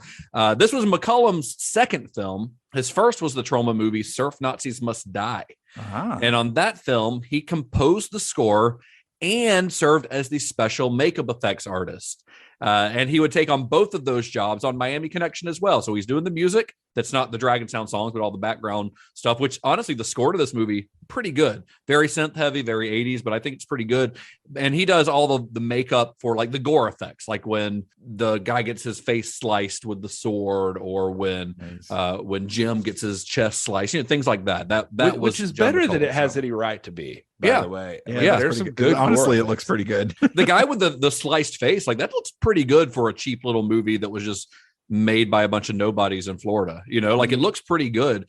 And at the end, when the white ninja gets his head chopped off, the severed head prop was actually a leftover prop from Surf Nazis Must Die that he had kept. He just had a severed head like in storage. So he decided he'd reuse it. Yeah. Just reuse the props. That's good why not? Stuff. Yeah. Like in Pumpkinhead when they reused like a predator body or something. Yeah, I love that. That's how you save money. Joseph Diamond too. I guess we didn't really mention, but he was a student at UCF, and he was in the computer science department there, which is how all that shooting happened over there. And this is the reason actually I looked why they're all wearing UCF shirts. So they're just promoting it. So the school went along with it. The reason I even looked up that Leeson guy was because he talked about like pretty much everybody at the school were actual just students and professors and stuff. Oh, And gotcha. He was saying like on the board where that one professor is like pointing to the board and saying like, congratulations for coming into fourth. He was like, we really did come in fourth. It was a big deal. So I guess it's safe to say that guy is just a professor, not that John Leeson. So strike that from the record. I feel like Kurt, make a note. Well, speaking of that final fight scene, the one, the big climactic battle in the swamp or whatever it is, none of the actors wanted any part of this because Kim and Park wanted to film this in a disgusting mosquito infested swamp area that was inside like a local park there in Florida. And Florida's bad enough. Florida's gross I was enough. going to say disgusting mosquito infested swamp area, AKA Florida. Right. So. You're allowed to say that because you lived there for like 5 years. And they told Kim, there's no way we're getting in that water. So up until this point, there had been several times when they were making the film, the people involved, especially the cast, just kind of wanted to give up. It's hard making a low budget movie, especially when you're working with a lot of, non-professionals. It's a tough shoot. It seems to be going on forever. All of these people have jobs as well because they're not getting paid a lot for this. But YK Kim's enthusiasm was always very infectious. That's one thing you'll always see about this guy is like he can motivate people. I mean, there's a reason this guy has a career as a motivational speaker. In addition to being a Taekwondo master, he travels the country and he gives motivational speeches. He was always able to get the cast and crew excited about making the movie. Anytime that they were ready to like throw in the towel and quit, he was able to talk them back into it. Just like we talked about this a little bit during our Sam Raimi series, how like he's able to get people to do crazy things just because he's so enthusiastic about it that they'll do things they might not be willing to otherwise. YK Kim's kind of got that same thing, he's got that same skill. So this scene though, the scene of the swamp, which is a big scene because it's a big fight scene. It lasts several minutes. This scene kind of pushed his coercion skills to their limit. And he was not able to like talk people into it. They're like, there's no fucking way we're getting in that nasty water with mosquitoes everywhere. We're going to be covered in Caro syrup blood, which is only going to make the bugs worse. Yeah. Like we don't want to do God, this. I didn't even think of that. Yeah, they're covered in sugar, basically. So Kim goes to plan B. Plan B is he goes to his car, he grabs a bottle of Jack Daniels, and then he just gets his cast to start taking swigs of Jack Daniels there on set. So he couldn't motivate them with his words, but a little bit of liquid courage, I guess, helped. I also love watching the scene knowing that everyone was a little bit drunk filming that last battle. It makes it a lot better. For sure. And listen, kids. When you get into filmmaking, be sure to keep a big bottle of whiskey in your car. Yeah. That's just good advice. I'm going to say keeping an open bottle of Jack Daniels in your car at any point is a bad idea. You were a former cop? Former. Yeah. Come on. So also swordplay. Jack Daniels before swordplay. Always. So that was actually the last sequence that they filmed was that final battle. Doesn't normally happen that way. Things are shot out of sequence, but in this case, that's the last thing they shot. Got the film edited. Kim saw the finished film in late 1986, and he says it turned his stomach. So the film, he thought, contained too much violence, a depressing plot, and jumbled editing. And despite being a producer and the author of the film's story, he actually had very little say-so over the film's content. So he walked out of his private screening of the film. He went home and says that he was so depressed, he slept for 48 hours straight. He was physically and mentally exhausted, saying, quote, financially, I was dead. Morally, I was dead. I just wanted to forget the movie. But he couldn't do that. That's not in his nature. This film had been a labor of love. Kim saw its potential to, in his words, change the world. And he eventually bought out his two partners and attempted to sell the film to Hollywood for wide distribution, which proved to be kind of tough. He says, here's another quote from him. Every distribution company rejected it after screening and said to me, don't waste your time. Just throw it away. It is trash. When he took it to the Cannes International Film Festival in the spring of 1987, he was told it isn't a movie. So, wow. But he was undaunted. He had put too much blood, sweat, and tears into this film. He had devoted years of his life to planning and filming it, neglecting his Taekwondo school and leveraging it to near bankruptcy. He had relied on the generosity of more than 1,200 friends and students who either had a role in the movie or contributed props and locations, and he didn't want to let all these people down. So in the behind-the-scenes documentary on the making of the film, Kim says that in this moment of despair, he says, quote, "My mom came to my heart. She said, 'Hey, YK, when you die, your body will rot. As long as you live, do your best, break your limitations.'" And that visit from, I guess, his mom's ghost inspired him to continue working on the film. Nice. So that's exactly what he did. Richard Park was unavailable to do any reshoots at this point. He was probably off making another movie. So Kim took it upon himself to read 8 books. He's very specific, 8 books about filmmaking, and to just do the reshoots himself. And this time he actually scripted some of the scenes with the help of Joseph Diamond, who we mentioned him earlier. We mentioned him several times, but he plays the drummer in the film. But he also has a screenplay credit. If you're watching the movie, at the beginning of the movie, it says screenplay by Joseph Diamond, and that's because he helped write the reshoots, even though there was no real screenplay for the rest of the film. But they had to credit somebody, I guess. So the guy who wrote at least a little bit gets that credit. So they write several other scenes for the film, including an all-new ending where Jim gets to meet his long-lost father. Because in the original cut of the film, which is when it was called Escape from Miami, Jim actually dies from his wounds. It is a downer of an ending. Yeah, there's a part of it, I think, where he's like dragging Jim's body and he's actually dead in the movie. That's still in there. He's dragging his body in the fight. He in the dies film. in an ambulance, doesn't he? He dies in a car. Oh, yeah. So the way because I watched Escape from Miami, the original cut, and the scene you're talking about where they're dragging him like through the water and stuff, which is gross, but he's still alive at that point. And they have him in a car. It's like their convertible that they're in. And I swear to God, this is how the movie originally ends. Okay. They're in the car.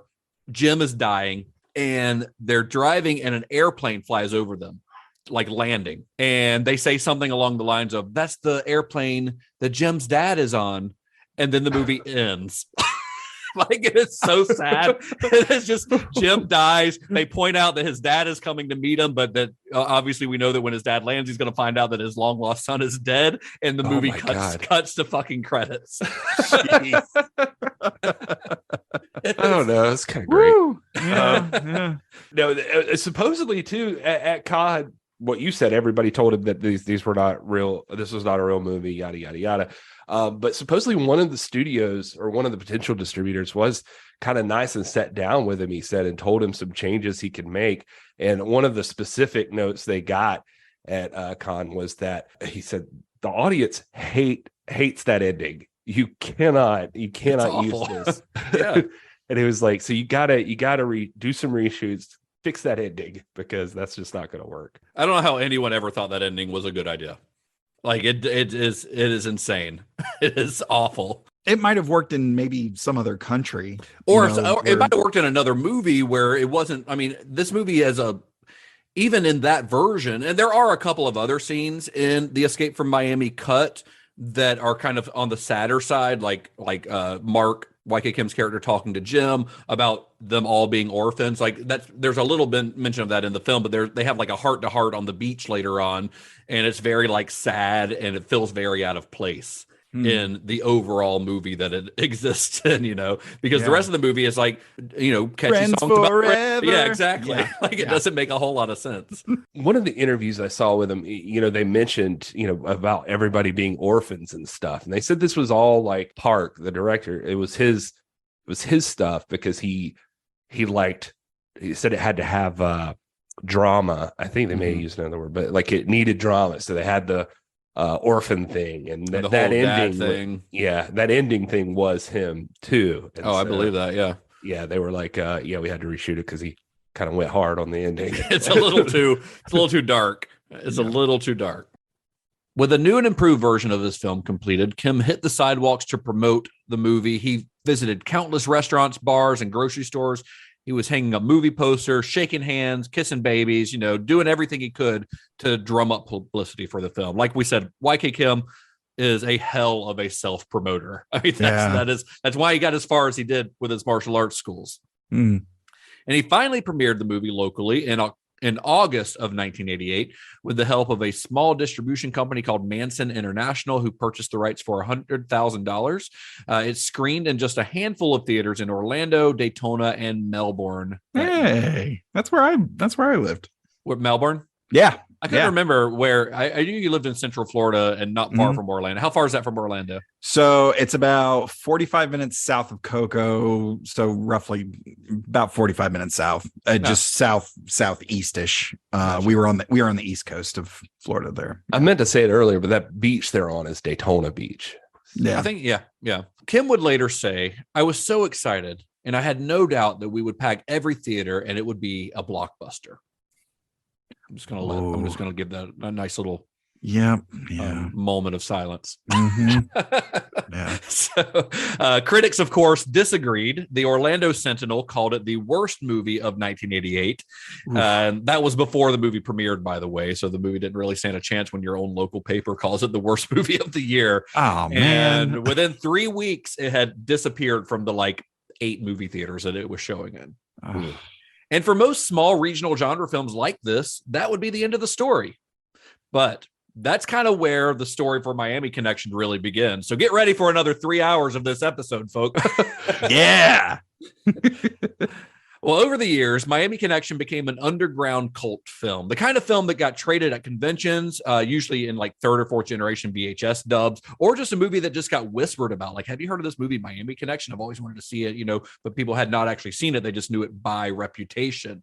Mm-hmm. YK Kim would later recall that there was a period of several years where magazines and talk shows would request interviews with him to talk about the movie, but he just ignored most of them. He thought people were joking. He had no idea that people were actually trying to talk about this movie. Jeez. And then in 2009, a guy named Zach Carlson, who was a programmer at the Alamo Drafthouse in Austin, Texas, found a copy of the film on eBay, and he made a blind bid on it, having never seen the film. And he won this is an actual 35 millimeter reel of the film. He won it on eBay for $50. Huh. So he screened a reel of it in the Alamo Drafthouse, and a few people who, I guess, people who probably worked for the theater, they got to watch it with him and they went bananas. So he immediately scheduled the movie to play during their weekly exploitation series, which is called Weird Wednesdays.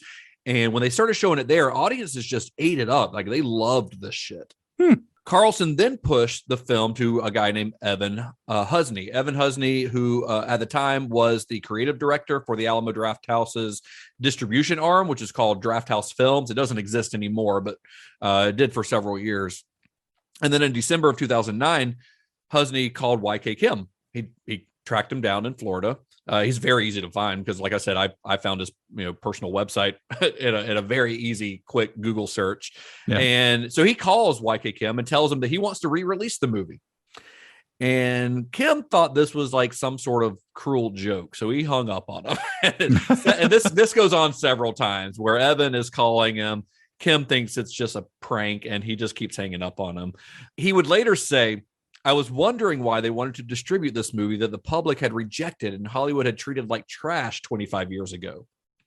If you're wondering why Drafthouse Films isn't around, by the way, it's because of this.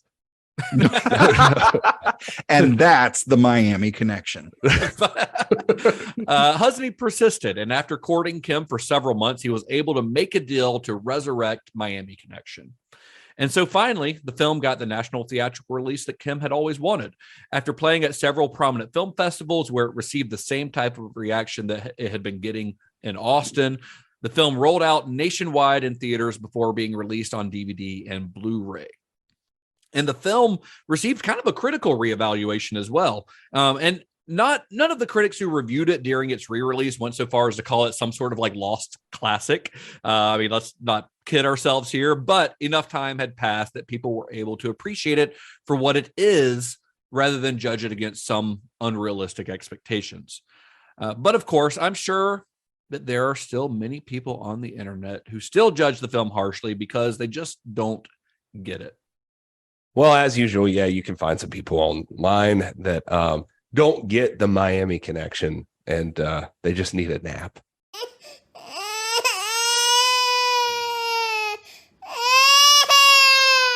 The thing is that actually you'd be surprised. we're going to talk about this. We got a lot to talk about. I got something I want to ask you guys at the end. All How right. you feel about star ratings in a certain way? Not Todd, but No, that question's not for me. No, that's a whole episode, I think, where we have to. Let's see here. Because, like, here's an example. Here's the first review. It calls it hilarious camp. It's 1 star. This is from IMDb. 1 star out of 10. I was attending the school in Central Florida when it was filmed at the time. So I'm one of the few people who actually saw this movie in a theater when it came out. Such fond memories. A friend and I still quote the movie to each other to this day. Dialogue, acting, plot, fight scenes, direction, all uniformly bad. The audience was laughing so hard at some points that we couldn't hear the dialogue, even during a touching scene where one character was tearfully describing how he became estranged from his father. YK Kim's classic response was one we still quote. I did not know you had a father. I feel a little guilty for slamming the movie here. By all accounts, YK Kim is a decent and charitable guy. He just has no business making movies. I doubt this movie is that available, but it's probably worth viewing for pure camp value with a group of drunk friends. This was from 2007, so maybe this was even like, I guess, That was before the re-release, yeah. Yeah, before the re-release. But Wow. it seems like he's like, I still kind of love it. Yeah, You know? but he still gives it 1 star. But he gave it 1 star. All right. Let's move on to Anaconda 4065829. He don't want none. This guy's like the title of his reviews should make a connection between a cement floor and a foot. All right. Martial arts embarrassment that should bring shame to anyone practicing it. Here we have martial arts ninjas and a rock band. The result is a band that sucks ass and ninjas that look like they just emerged from a horrible costume accident. And let's not get started about the bad dubbing. The plot basically boils down to a group of friends who form a band, but when they aren't making the world's shittiest music, they're busy kicking the living shit out of morons whose job it is to be laughably threatening, wear stupid clothes highlighted by earrings that draw attention, and talk in a way that leaves more reasons outside the plot to kick their asses. YK Kim not only has a poorly dubbed speaking role in this garbage, but he also shares blame with Woo Sang Park for directing. What they conjure up has less ambition than the average commercial selling shampoo products. This film is hailed a cult film by those that regrettably discover it. What they should do is bury it in a minefield somewhere in hopes that it meets a nasty end. This is a pointless charade of bad acting and special effects that are on par with a 3rd grade art student. Forget Miami. The only connection to this film should be met with is the receiving blow of a baseball bat. 0 out of 10. Ooh. One thing that I would like to point out, because I don't think we've mentioned it, he mentions in that review that YK Kim has a poorly dubbed speaking voice. A lot of the dialogue in this was actually had to be re-recorded during ADR because when they were filming, like, so much of this it's all on location. They didn't have any like built sets. And a lot of the dialogue could not be heard because it was just, there were too many background noises and things like that. So most of the dialogue in this is actually re-recorded after the fact. You can't tell in a lot of scenes, but there are some scenes when you definitely can notice it. Angelo said, I forget his last name already. That's why I'm just talking to him, yeah. like we're friends. He said that there was actually a situation too in one interview. I remember that that the sound guy turned off the limiter and it just everything peaked out and got all crappy and distorted and you couldn't hear anything. Yeah. So they had to redub some of that. Damn. All right. So I'm going to blow through some here that are going to bring up the next topic of discussion about this a little bit, I guess, right. Because is it a 1/2-star movie? These are all 1/2-star reviews, but should they be? Because here's Corey who says, Jesus Christ, this almost isn't even a movie. You change 1 or 2 scenes and this is something else entirely, like a series of completely inept and charming vignettes or an extended music video. The story's incoherent. The actors are tragic, but I laughed the whole way through and the music is so legit good. Adam says, I don't know what UCF's greatest failure is. Its football team 4 years ago, the financial scandal with the building I work in that took down a president, its parking situation, the upcoming lazy river, or the fact that its key location is this entertaining travesty. An entertaining travesty. An entertaining travesty. This is what I'm talking about. JV says, there's never a dull moment to Miami Connection's wild ride of misguided altruism. It could have leaned far much more into YK Kim's position of star writer-director, but he's far more reserved than, say, Tommy Wiseau. All around a landmark film from a landmark year for bad cinema. That's half star. Wow. Greg gave it a half star. If you're not laughing at how bad it is, you're being utterly charmed by its earnest sweetness. But a half star? Half star. Half star from Phoenix. Ugly people shouldn't be in movies. I can say this as a fellow ugly. I must have mixed these. Peter says, it's no Samurai Cop, but holy shit is it Miami Connection. I apologize to my housemates as I'm going to be singing Friends Forever and Against the Ninja for several weeks. But a half star. Sirahana, half star. When he went in for the punch, stopped, and the other guy just sucked his knuckles, I knew this was one of my favorite films of all time. And here's Jacob has a letterbox. What half star? Miami Connection is the best movie ever made. Even in the long and boring parts, they're somehow funny. Everyone is 60 years old and it's trapped in college. The acting is horrible, scenes have no point, and it's beautiful. The worst part of this film is how I can't buy the soundtrack. He called it the best movie ever made and gave it a half star. And he gave it a half star. This is what I'm talking about. What the fuck? And then I'm going to read this last one. I'm sorry. I know I'm going on forever, but a half star from August. This is one of, if not the worst movies I've ever seen. And that's saying something. I've seen a lot of shit. That being said, this is pure gold. Absolutely must see. And but then there's this person, Arth, who gave it a half star and gave it this amount of dedication that I have to read this on the show. It goes like this. Something you may not know about me is that I roadied for Dragon Sound on their disastrous 88 regional tour of the Southeast. Everything that could go right went wrong, and sadly, not all of us survived the journey. What follows are a few brief excerpts from my tour journals, which I kept at the time. My complete journals will be published this winter. May 9th, Miami. I feel my life slipping away as I watch a spider crawl up the broken window of the garage. Spent the morning picking up fragments of molars off the practice space floor. Another night with Dragon Sound. Another fight to the death. The band is in good spirits. I thought Mark's nose grab trick would get old by now, but it never does. I can't wait to be back on the road, ready to rock, fight, and fuck, or any combination you got. June 17th, Jacksonville. The show went okay. Sometimes I think the band spends too much time getting the crowd exciting and not enough focusing on their instruments. But I'm not in the band, so I'm just the amp bitch. Just because these guys are all lethal black belts, they keep me on the outside a lot of the time.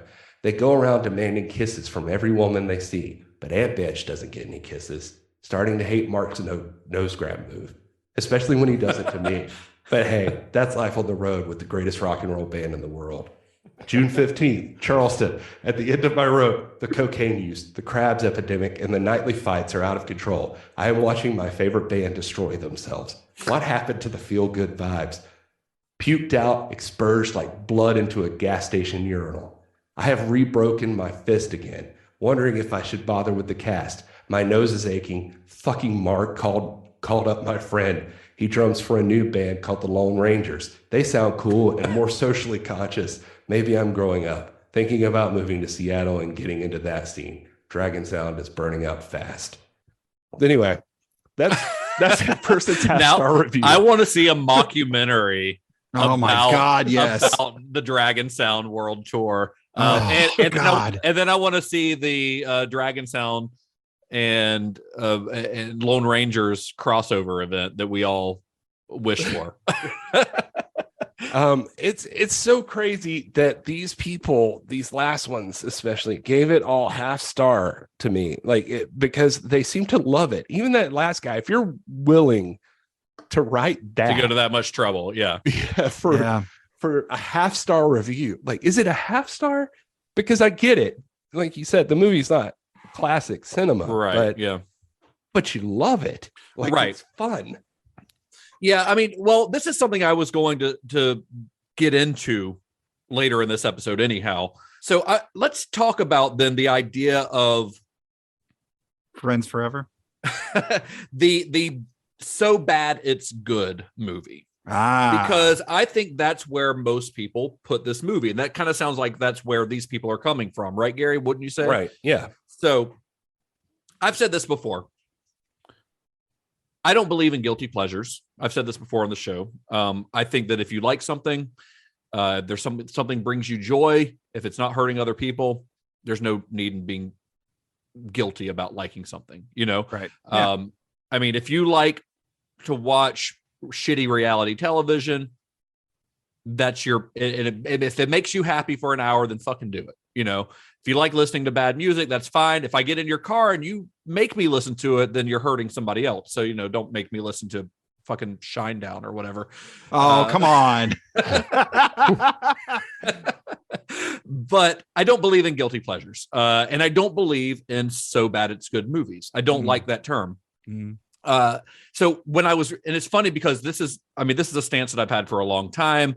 It's something that I say pretty regularly, but when I was researching this episode, I did a little Googling to see if there were any, if I could find any like articles or anyone writing about like the idea of a so bad it's good movie or any other folks out there who were anti so bad it's good, like that moniker, you know. And when I did that, lo and behold, the first article that I found was from a newspaper in Toronto who was interviewing Zach Carlson about Miami Connection's premiere in Toronto.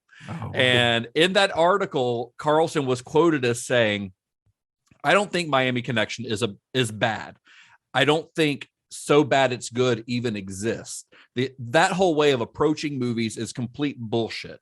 It frustrates me to no end that that's how people have to compartmentalize films to enjoy them. And with that quote, I think me and Zach Carlson became best friends. He doesn't know it yet, but I think that I mean, that's exactly how I feel. I think if a movie is entertaining to you, then how is it bad? What makes it bad? If I'm spending an hour and a half watching Miami Connection and I'm, you know, howling with laughter the whole time, how is that movie bad? Am I laughing at some of the ineptitude behind it? Yeah, but I'm enjoying myself. I gave this movie 5 fucking stars on Letterboxd because I had 5 stars worth of enjoyment out of my experience watching it. You know, is the filmmaking amateur? Is the acting bad? Yeah, maybe, but that doesn't necessarily make a movie bad if you're still having fun with it. You know what I mean? Does that make sense? Yeah, no, that makes perfect sense. I mean, honestly, if you kind of like these folks here, I think, you know, the idea is, okay, I'm going to rate it based on the quality of movie that it is, but my personal thoughts on the film are going to reflect something completely different, which is where I think Gary might have been getting some of the confusion, which I think, you know, ties into the discussion of star ratings and all that stuff. But I think people just kind of, I didn't know, I had no clue about any of this. So when I sat down to watch it, I went in completely cold. You didn't know the backstory or anything. This was your first time watching this, right? Exactly. Yeah. This was first viewing, first knowledge of. You had never heard of it before. Never heard of it. And I had an absolute blast. It was a lot of fun. Is it the best made movie? Absolutely not. No. But would I watch it and take a shot? Everybody said every time someone says son of a bitch. Yeah. Yeah, absolutely. I mean, we heard enough of those you know, in the reviews that Gary read of like, I would watch this getting drunk with my friends. I was like, perfect. Yes. Yeah. So here, let's go ahead and make it official. Here is the Cinema Shock drinking game to go with Miami Connection. Take a shot every time someone says son of a bitch. Do you guys have anything to add? Well, I mean, we should go through it and figure it out ourselves. But this idea of so bad it's good. I'm with Justin on that too. Like I originally, I know exactly where I first, like, it clicked for me. It was a while back with when there was a Nerdist podcast. I remember Penn Jillette being on the Nerdist podcast, and he talked about, because I think Hardwick or somebody had mentioned something about ironically listening to something or ironically liking something, and Gillette was like, why do you say it that way? And we're like, what, like ironically? And he's like, yeah. He's like, what's ironically liking something? He's like, you either like it or you don't like it. He's right. like, it's there's no two ways about that. Like he said that when he was younger, he remembered going to see, or for when it worked for him, he went to go see Dean Martin. And he was like, when he first got to Vegas or something, I think. And he went to Vegas and Dean Martin was on the bill. And he was like, I want to go see Dean Martin. And him and his friends went to drink and make fun of Dean Martin, I guess. And they said, and he was crazy. Like he had a great voice, but he was a psychopath. Like he was telling stories that were so weird. And it was like, but then he's like, as we got out, we're like, oh, that was cool. We're ironically watching Dean Martin. And he's like, but something like clicked with me. And he's like, I had a great fucking time at that show. Right. And he's like, and I'll always remember this. And this is one of the best concerts I've ever seen in my life. And he's like, fuck you guys. I love Dean Martin.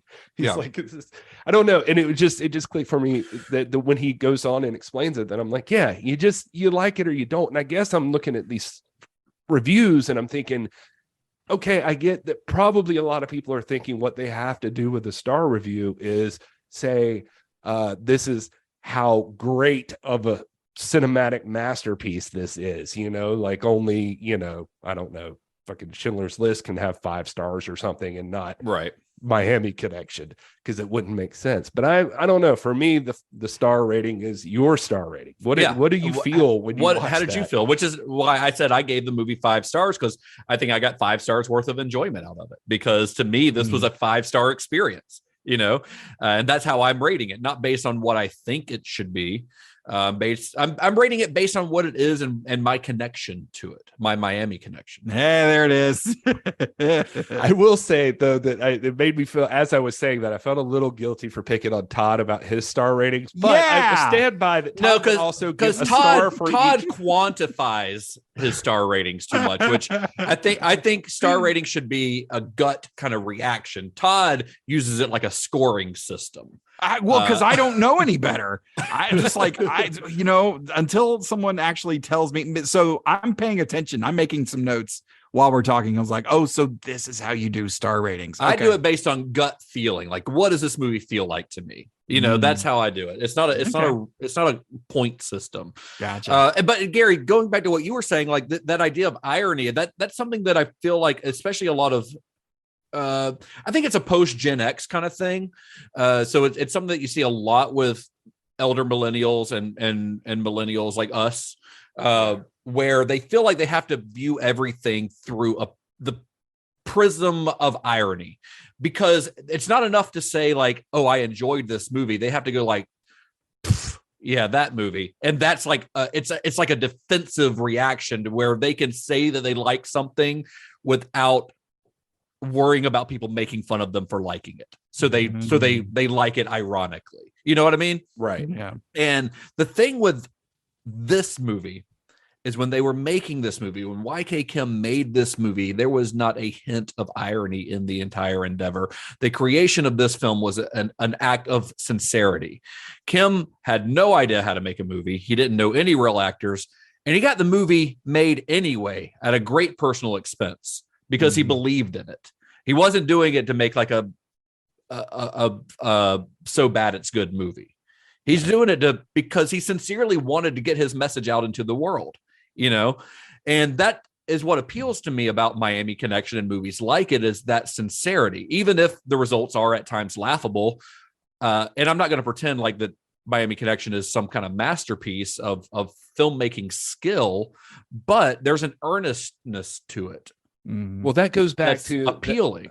I was going to say that reminds me of like even how I turned the page in our Wachowski series on accepting Speed Racer, because I'm like, because earnestness means something to me too. Like, and just a person really believing in what they're doing, and so I don't know. I guess it's a little bit different, but for me, like with Speed Racer, there was this desire to make something wholesome, just something good, and put it out there into the world. It felt, and people thought that was cheesy because it came out the same year as fucking The Dark Knight, and they thought everything should have an edge to it, but not everything needs an edge. Yeah, and it's bright and happy and fun, and then it's like this movie is that same way. Like it's this guy. I mean, with far less skill, obviously, of course, but But then that just adds to the charm of it. This guy Exactly. is working his ass off to make a movie, and he's failing at making a Spielberg film. Right. But he's, he's still making a movie, and he's He's getting it done. succeeding at making a YK Kim film.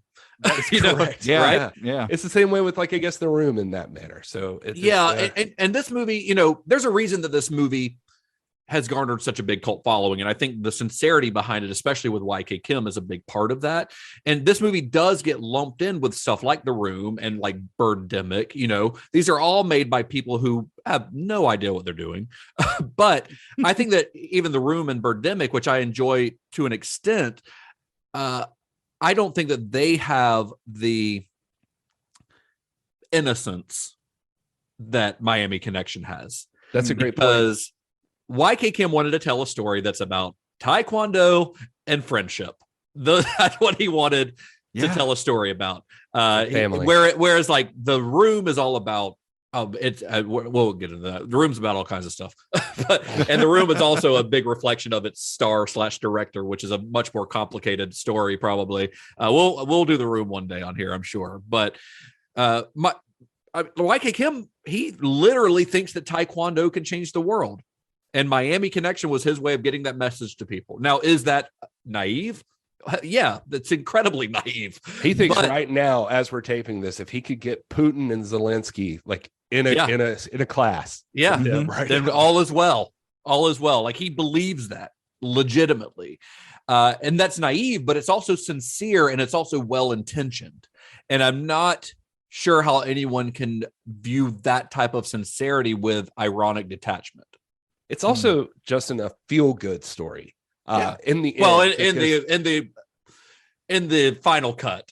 Well, no, and I'm actually talking about YK Kim's story in real life. Yeah. This guy busted his ass to get this made, and then thought he had failed at the end, and now, because of his earnestness and because of what he did and what he was trying to accomplish, it was seen by other people like that also got that same feeling watching it. I have to That's think. what people connected with. Yeah. And so now the movie's been rediscovered, and it's distributed everywhere, and anybody can see it. So at the end of the day, he won. He got what he wanted. The movie is out. It took there. a long time, but he got it. He doesn't have world peace, but he's got his movie is available to everyone. Hey, it's well on its way, Yeah, exactly. Thanks to Miami Connection. Well, and this is something that I bring up a lot on this podcast, and a lot when talking about movies in general, is that I like to judge a movie based on what it is, not what we think it should be, but what it is. And that means appreciating a movie for both its strengths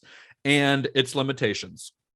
And I'm not saying that there's not plenty to laugh about in Miami Connection. I mean, it is hilarious. Yeah. Unintentionally so in many cases, and in pretty much all aspects, a poorly made film. But I've also seen movies released by major studios with budgets that are 200 times the budget of this film that have bored me out of my mind, that I'd never want to see again, despite being made by competent crews and professional actors. So if I enjoy this insane and incredibly appealingly weird movie, because this is a weird fucking movie. I mean, this is a movie where there is a rock band who all live together in a house where they don't ever seem to wear shirts, who solely sing songs about Taekwondo. and this is a movie where ninjas ride Harleys, and this is a movie where a rival band gets so angry about losing a gig in some lame Orlando nightclub that they hire ninjas to kill the rival band. That's how weird this movie is. And I don't know how I can like a movie that's this odd and strange and filled with kind of joy and sincerity and still call it a bad movie. Like, to me, that's not a bad movie, because I don't get bored during it. I enjoy the hell out of it. I can say it's a poorly made movie, but that's different than being a bad movie, Right. Those are two completely different things. So, Todd, you are the martial arts expert here. Oh, thanks. I mean, I don't know if you would consider yourself a martial arts expert, but compared to me and Gary, you certainly are. Fair enough. Because watching Miami Connection and a bunch of Shaw Brothers movies are mostly my extent of martial arts experience. Okay. So And the what do only you think? kick-in I'm going to be doing later is back in the recliner. You know Yeah. Yeah. Some of the reviews that Gary read mentioned, you know, the fight scenes being poorly done. What did you think of the fight scenes in this? It's, you know, there's some videos out there online of analyzing fight choreography versus martial arts practical application. A punch to someone's face in a actual fight looks a hell of a lot different than a punch that is designed to be filmed. Yeah, a lot of martial artists don't get that. Yeah. So if you're looking to have a fight scene that looks good on film, you're going to have you're going to have to detract from your traditional training and traditional application of techniques, because some of the best martial arts moves or techniques or application looks like garbage on film. Well, that's why Bruce absolutely Lee had to slow himself down when he was making movies, because what he does in real life, you couldn't even pick up on a camera. Yeah, exactly. And I mean, you know, working in martial arts as long as I did and now currently am, there's all different types of people. And, you know, the fact that he had such a wide range of folks and resources to pull from makes me kind of I'll say sad that he wasn't able to make a higher quality of film. Sure. Because, you know, if you look at guys like Robert Rodriguez, hell, we just finished talking about Sam Raimi. They took the stuff they had around them and crafted maybe not masterpieces, but certainly classics. And this one just, you know, it is in a world where now people are looking up videos online because they are wholesome. This is the perfect time for Miami Connection to have a resurgence, because at its core, like you said, it's earnest, it's wholesome. They're talking about friendship. And yeah, this is great. And, you know, in terms of the quality of the film, I just kind of wish he read 8 books. Maybe 9 would have been better. Well, I don't know, but you're right. I had an absolute blast with it. Yeah. I think Raimi and Rodriguez, the difference would be too, is those guys were obsessed with filmmaking. Right. Whereas YK Kim fully admits that, like, he goes to the movies like once a year. He's like, I don't have time to go to movies. So, but the majority of this footage was filmed by Richard Park, who is a professional filmmaker.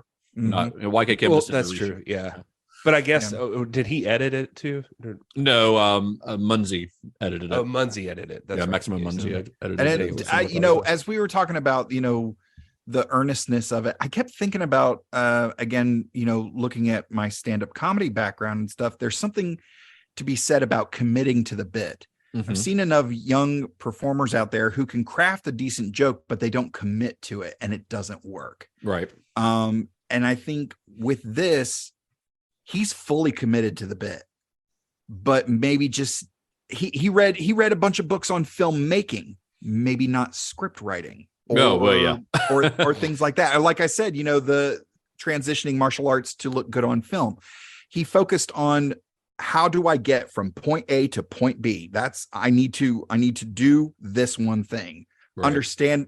We understand that filmmaking is such a collaboration and there are so many moving parts that you just can't focus on point A to point B. Yeah. You just can't. So at the end of the day, you're left with something that warms a special corner of your heart, but at the end of the day, you can't really recommend it to folks without explaining exactly what they're in for. You know, when you say, hey, Riff Tracks has done a lot of stuff with this movie that kind of sets the stage of what Yeah. you're about to see. Yeah. But yeah, Either of y'all watch the Riff Tracks thing for this? no. I didn't want either. to really bad, and Yeah. I never got a Yeah. chance. I never want got to. around to it. Yeah. Well, overall, what appealed to both critics and audiences who saw it during its re-release and in the intervening years is the sincerity behind the film, what we were just talking about. Mhm. And one of the interviews that I read around the time of its release, which is we're just over 10 years since its re-release at this point, and one of the interviews that he gave, Zach Carlson told CNN, bad movies that people respond to aren't actually bad. That kind of gets to the point of what we were saying. Yeah. You know, he would go on to say, there's a sincerity within them that people latch onto. There's not a lot of technique or talent behind Miami Connection, but there's so much initiative and dedication behind it. Even if they failed at what they were trying to do, they were really into it and really trying. And that's why people are responding to it now. Hmm. In a review for Slant Magazine, Rob Humanic, he saw it at one of those original like Weird Wednesday screenings at the Alamo. He said, love it or hate it, it's doubtful you'll ever forget it, and it may just force you to redefine your definition of what constitutes good cinema. Writing for The Stranger, David Schmader said, to say that Miami Connection is bad is a crushing understatement. Miami Connection is so bad it makes Tommy Wiseau's The Room look like wild strawberries. But out of this tragic mess of failure and incompetence, a distinctly sweet spirit emerges. Its source is the cumulative gameness and good sportsmanship of everyone involved in Miami Connection, which is drenched in a goofy joy that is contagious. And that's why I love this fucking movie. I mean, honestly, like those guys hit the nail on the head, because there's a lot of really bad movies about there, like Tommy Wiseau's The Room, you know, but Tommy Wiseau's like that movie isn't, it's kind of mean spirited, honestly. Yeah. It's kind of a mean spirited movie. This movie is sweet. It's as sweet as a movie about cocaine and ninjas and rock bands and taekwondo could be. Yeah. But somehow it manages it. I don't know how, but somehow it does. So this is the point in the show, guys, where we get to our further viewing segment, where we decide, like, if you're showing Miami Connection to some, let's say we're having a little movie night with friends. You've got friends coming over. They've never seen Miami Connection. So you're going to introduce them to Miami Connection, but it's also a double feature. You're going to show Miami Connection. What is the second movie in that double feature? So for mine, I would say from 1992, directed by John Turtletaub. Turtletaub? Turtletaub. Turtletaub? I think it's Turtletaub. Yeah, Turtletaub. With a screenplay by Edward Emanuel, with story by Kenny Kim. Serving as an associate producer was Woo-Sang Park, who played a ninja in a little film called Miami Connection. Well, he also directed a fucking movie called Miami Connection. That's Richard. Woo-Sang Park is Richard Park. Yeah, it's Richard Park. This film's stars Michael Traynor, Max Elliott Slade, and Chad Power were nominated for the Young Artist Awards Outstanding Young Ensemble Cast in a Motion Picture. Oh, I know what this is. 1993. Does it have a character named Tum Tum in it? It sure as hell does. It's Three Ninjas, baby.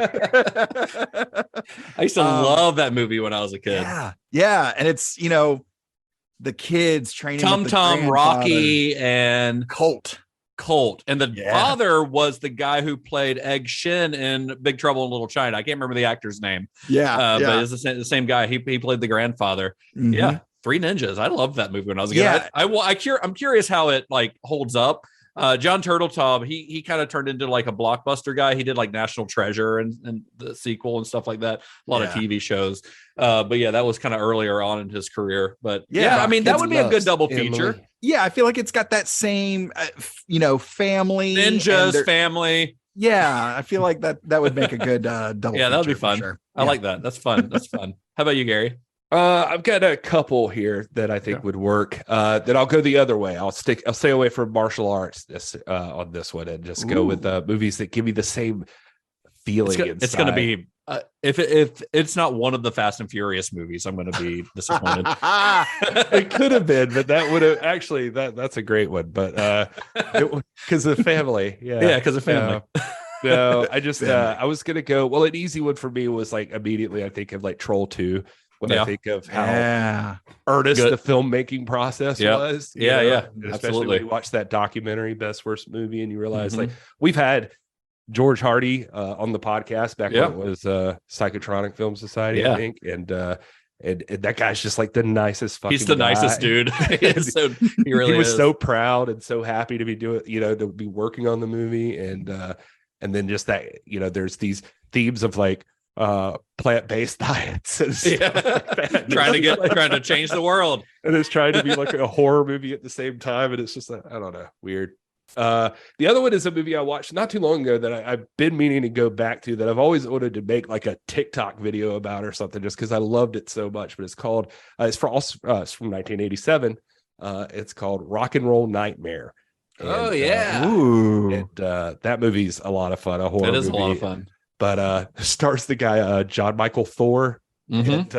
and that Who was yeah. an actual like musician. He's Swedish, I think, right? Yeah, and he's also looks like Thor, like Yeah. a big buff, Yep. long blonde haired guy.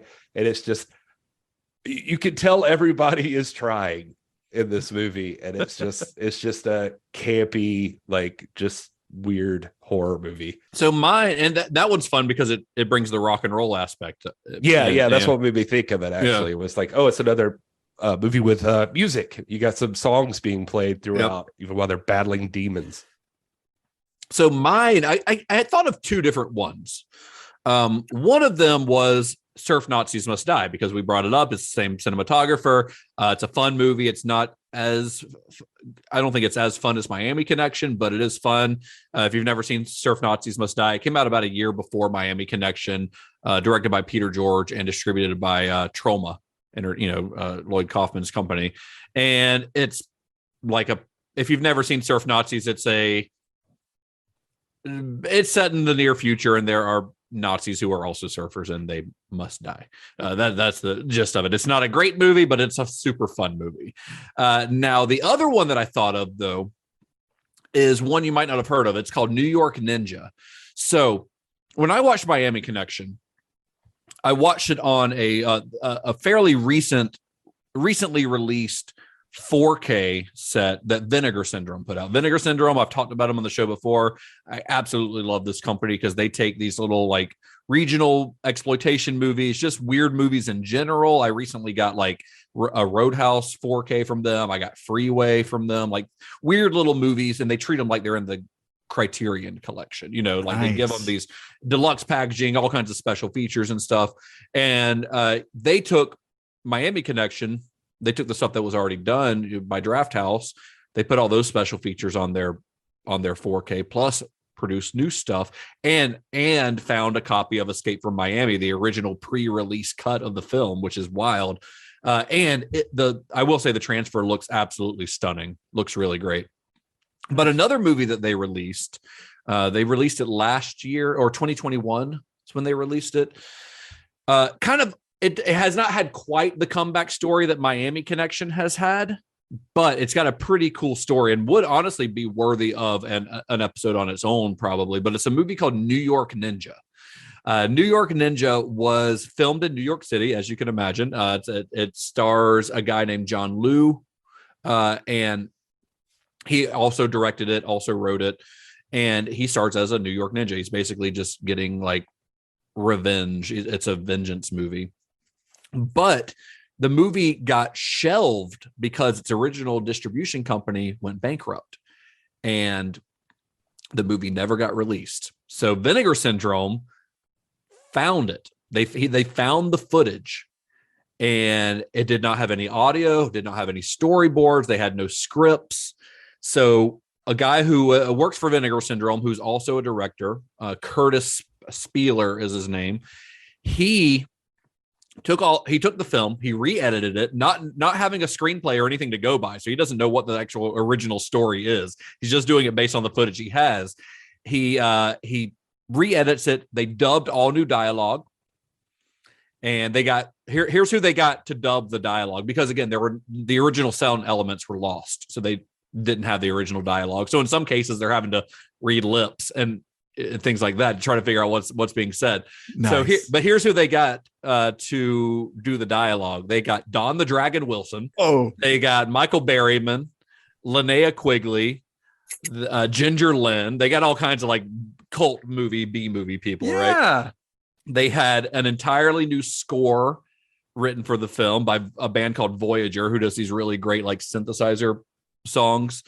And they basically recreated the movie using the original footage, but everything else was new edit, new dialogue, new music, everything. And they made a new movie, and then they released it in late 2021. It premiered at Beyond Fest out in Los Angeles, and then Vinegar Syndrome eventually released it on Blu-ray and 4K. So it's got like, it hasn't had, like I said, not quite the comeback story of Miami Connection, but it's still this film that was not only lost. I mean, Miami Connection at least played in like 8 movie theaters in Orlando. This movie never got released. Wow. It never got finished, and they finished the film and then released it to the masses. And and it's super fun. It is. I mean, like I said, it's not a great movie, but it is a super fun movie. Wow. And well worth seeing for people who are if you're into Miami Connection, I feel like you would be into New York Ninja. Nice. Yeah, that sounds like fun. It is. It's super fun. One I kept seeing on Reddit that kept being brought up was Hard Ticket to Hawaii. Yeah. I don't know that one. I have never seen that movie, but it's apparently in Hawaii, an undercover DEA agent and her civilian friends stumble upon a drug trafficking operation and have to enlist the help of all their colleagues and friends to go after the vicious drug kingpin. Directed by Andy Sedaris.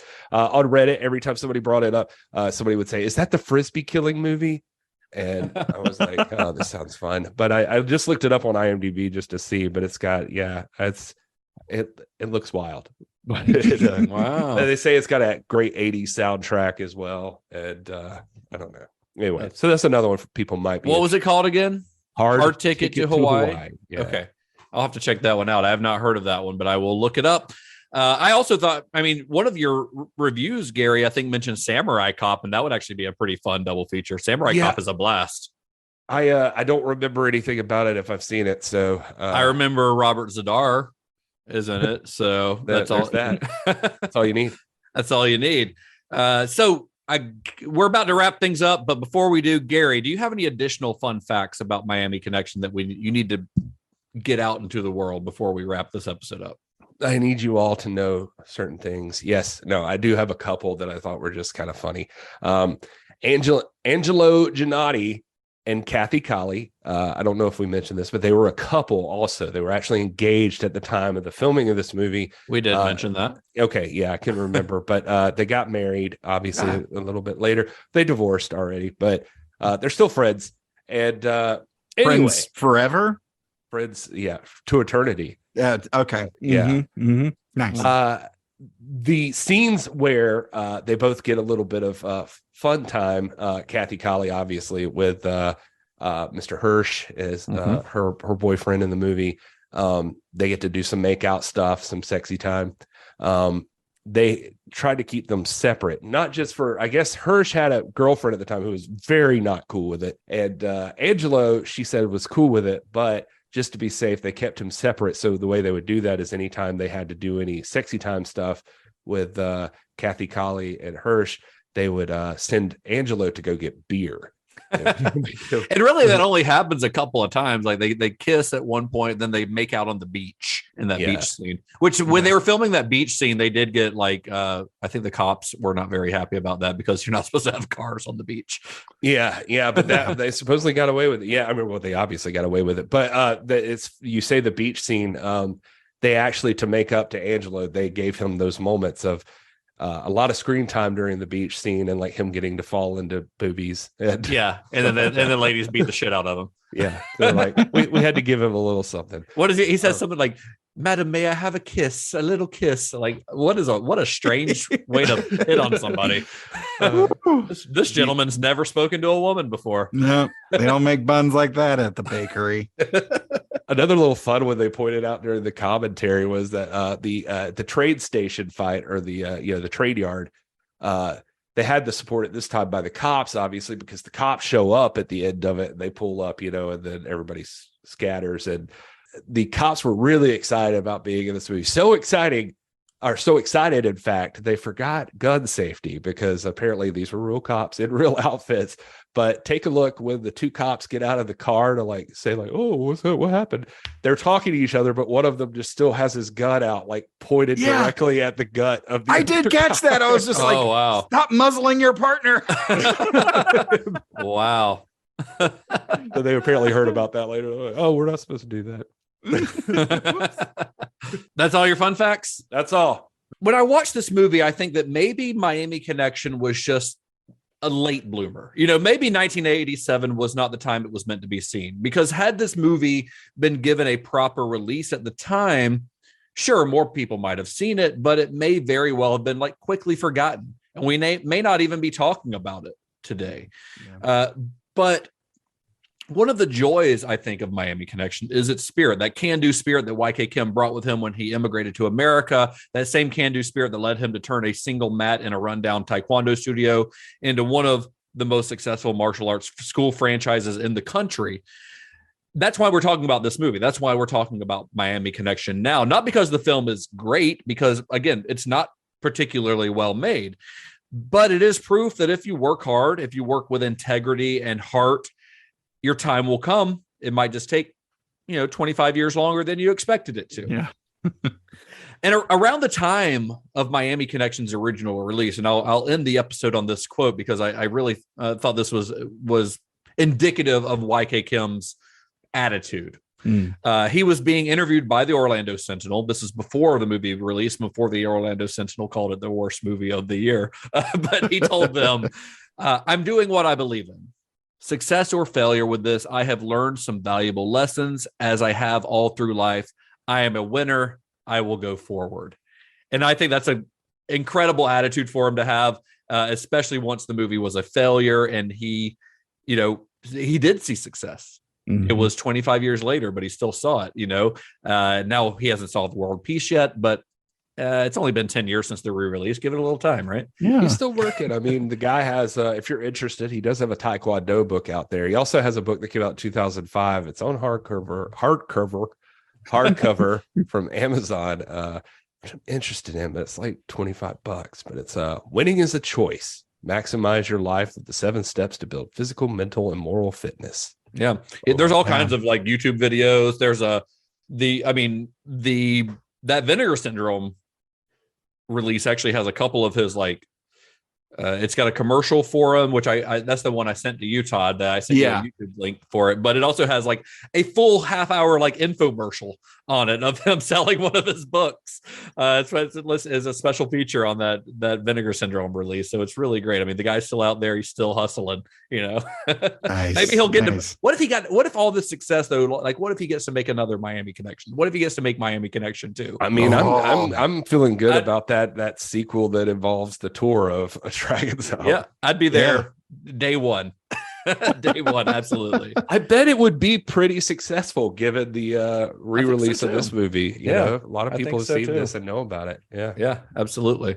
Well, that's all I got for Miami Connection, guys. Our next episode is a new series. We're going to be starting a new series. If you want to know what that series is going to be, you will have to listen to our bonus episode, because that's where we'll be unveiling who we're going to be diving into next. That's a weird way to phrase that. Turns out it's Gary's mom. Oh, that's it. How did I miss that? I should have started first. If you thought you were going to have an episode without a your mom joke, folks, we bring it. We're a little different. We're a little different than Taekwondo over here at Cinema Shock. Strike first, strike hard, no mercy. Yeah. But listen to that episode, and it's going to be a fun series. We're going to do a quick 4-episode series, so it's not going to go on for months and months, but it's going to be a cool one, I think. Well, anyway, where can you gentlemen be found on the internet? I am at This Is Gary Horne on Instagram and Twitter. If you like wrestling, I host This Is Pro Wrestling. It's at This Is Pro Wrestling on YouTube, at TIPW Show on Instagram and other socials. I also work with the National Wrestling Alliance, and you can access all of their links in their bio on Instagram at NWA. If you like Star Trek, I'm working my way through the entire franchise in chronological order on my show, Computer Resume Podcast, available now wherever you get your podcasts and on social media at Computer Resume. And I'm at Mr. Todd A. Davis on Facebook, Twitter, Instagram, Letterboxd, and D&D Beyond. And I am at Justin_Bishop. You can find me on Instagram, Twitter, Letterboxd. The show is Cinema_Shock on Instagram and Twitter. You can also find all of our episodes as well as links to our Discord and our merch, etc. at cinemashock.net. Please, as always, like, rate, review, especially if you're on Apple or if you're listening on Apple Podcasts or you're listening on Spotify. That's the best thing you can do to support the show is just rate, review, or better yet, share us with all of your movie nerd friends. Send us all out. That's how a show like ours gets to the masses, is just by word of mouth, honestly. So help us out. Send us to a friend. If you have a friend who's into Miami Connection or is into like So Bad It's Good movies, even though I don't like that term, send this movie their way, or send this episode their way, and I think they will enjoy it. Until next time, may the wings of liberty never lose a feather. And be excellent to each other. Listen to me. I don't want to have any trouble. I just get the keys from Johnny. Don't bother us.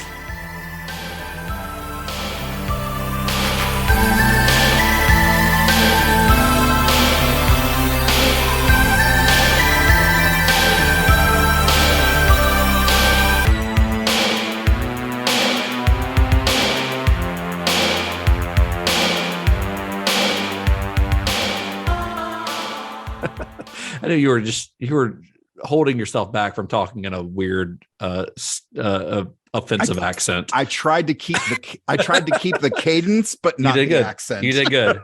Great. You've grown. I struggled with that earlier with the I didn't know you have a father thing too. So I get it. I'm proud of you. Thank you.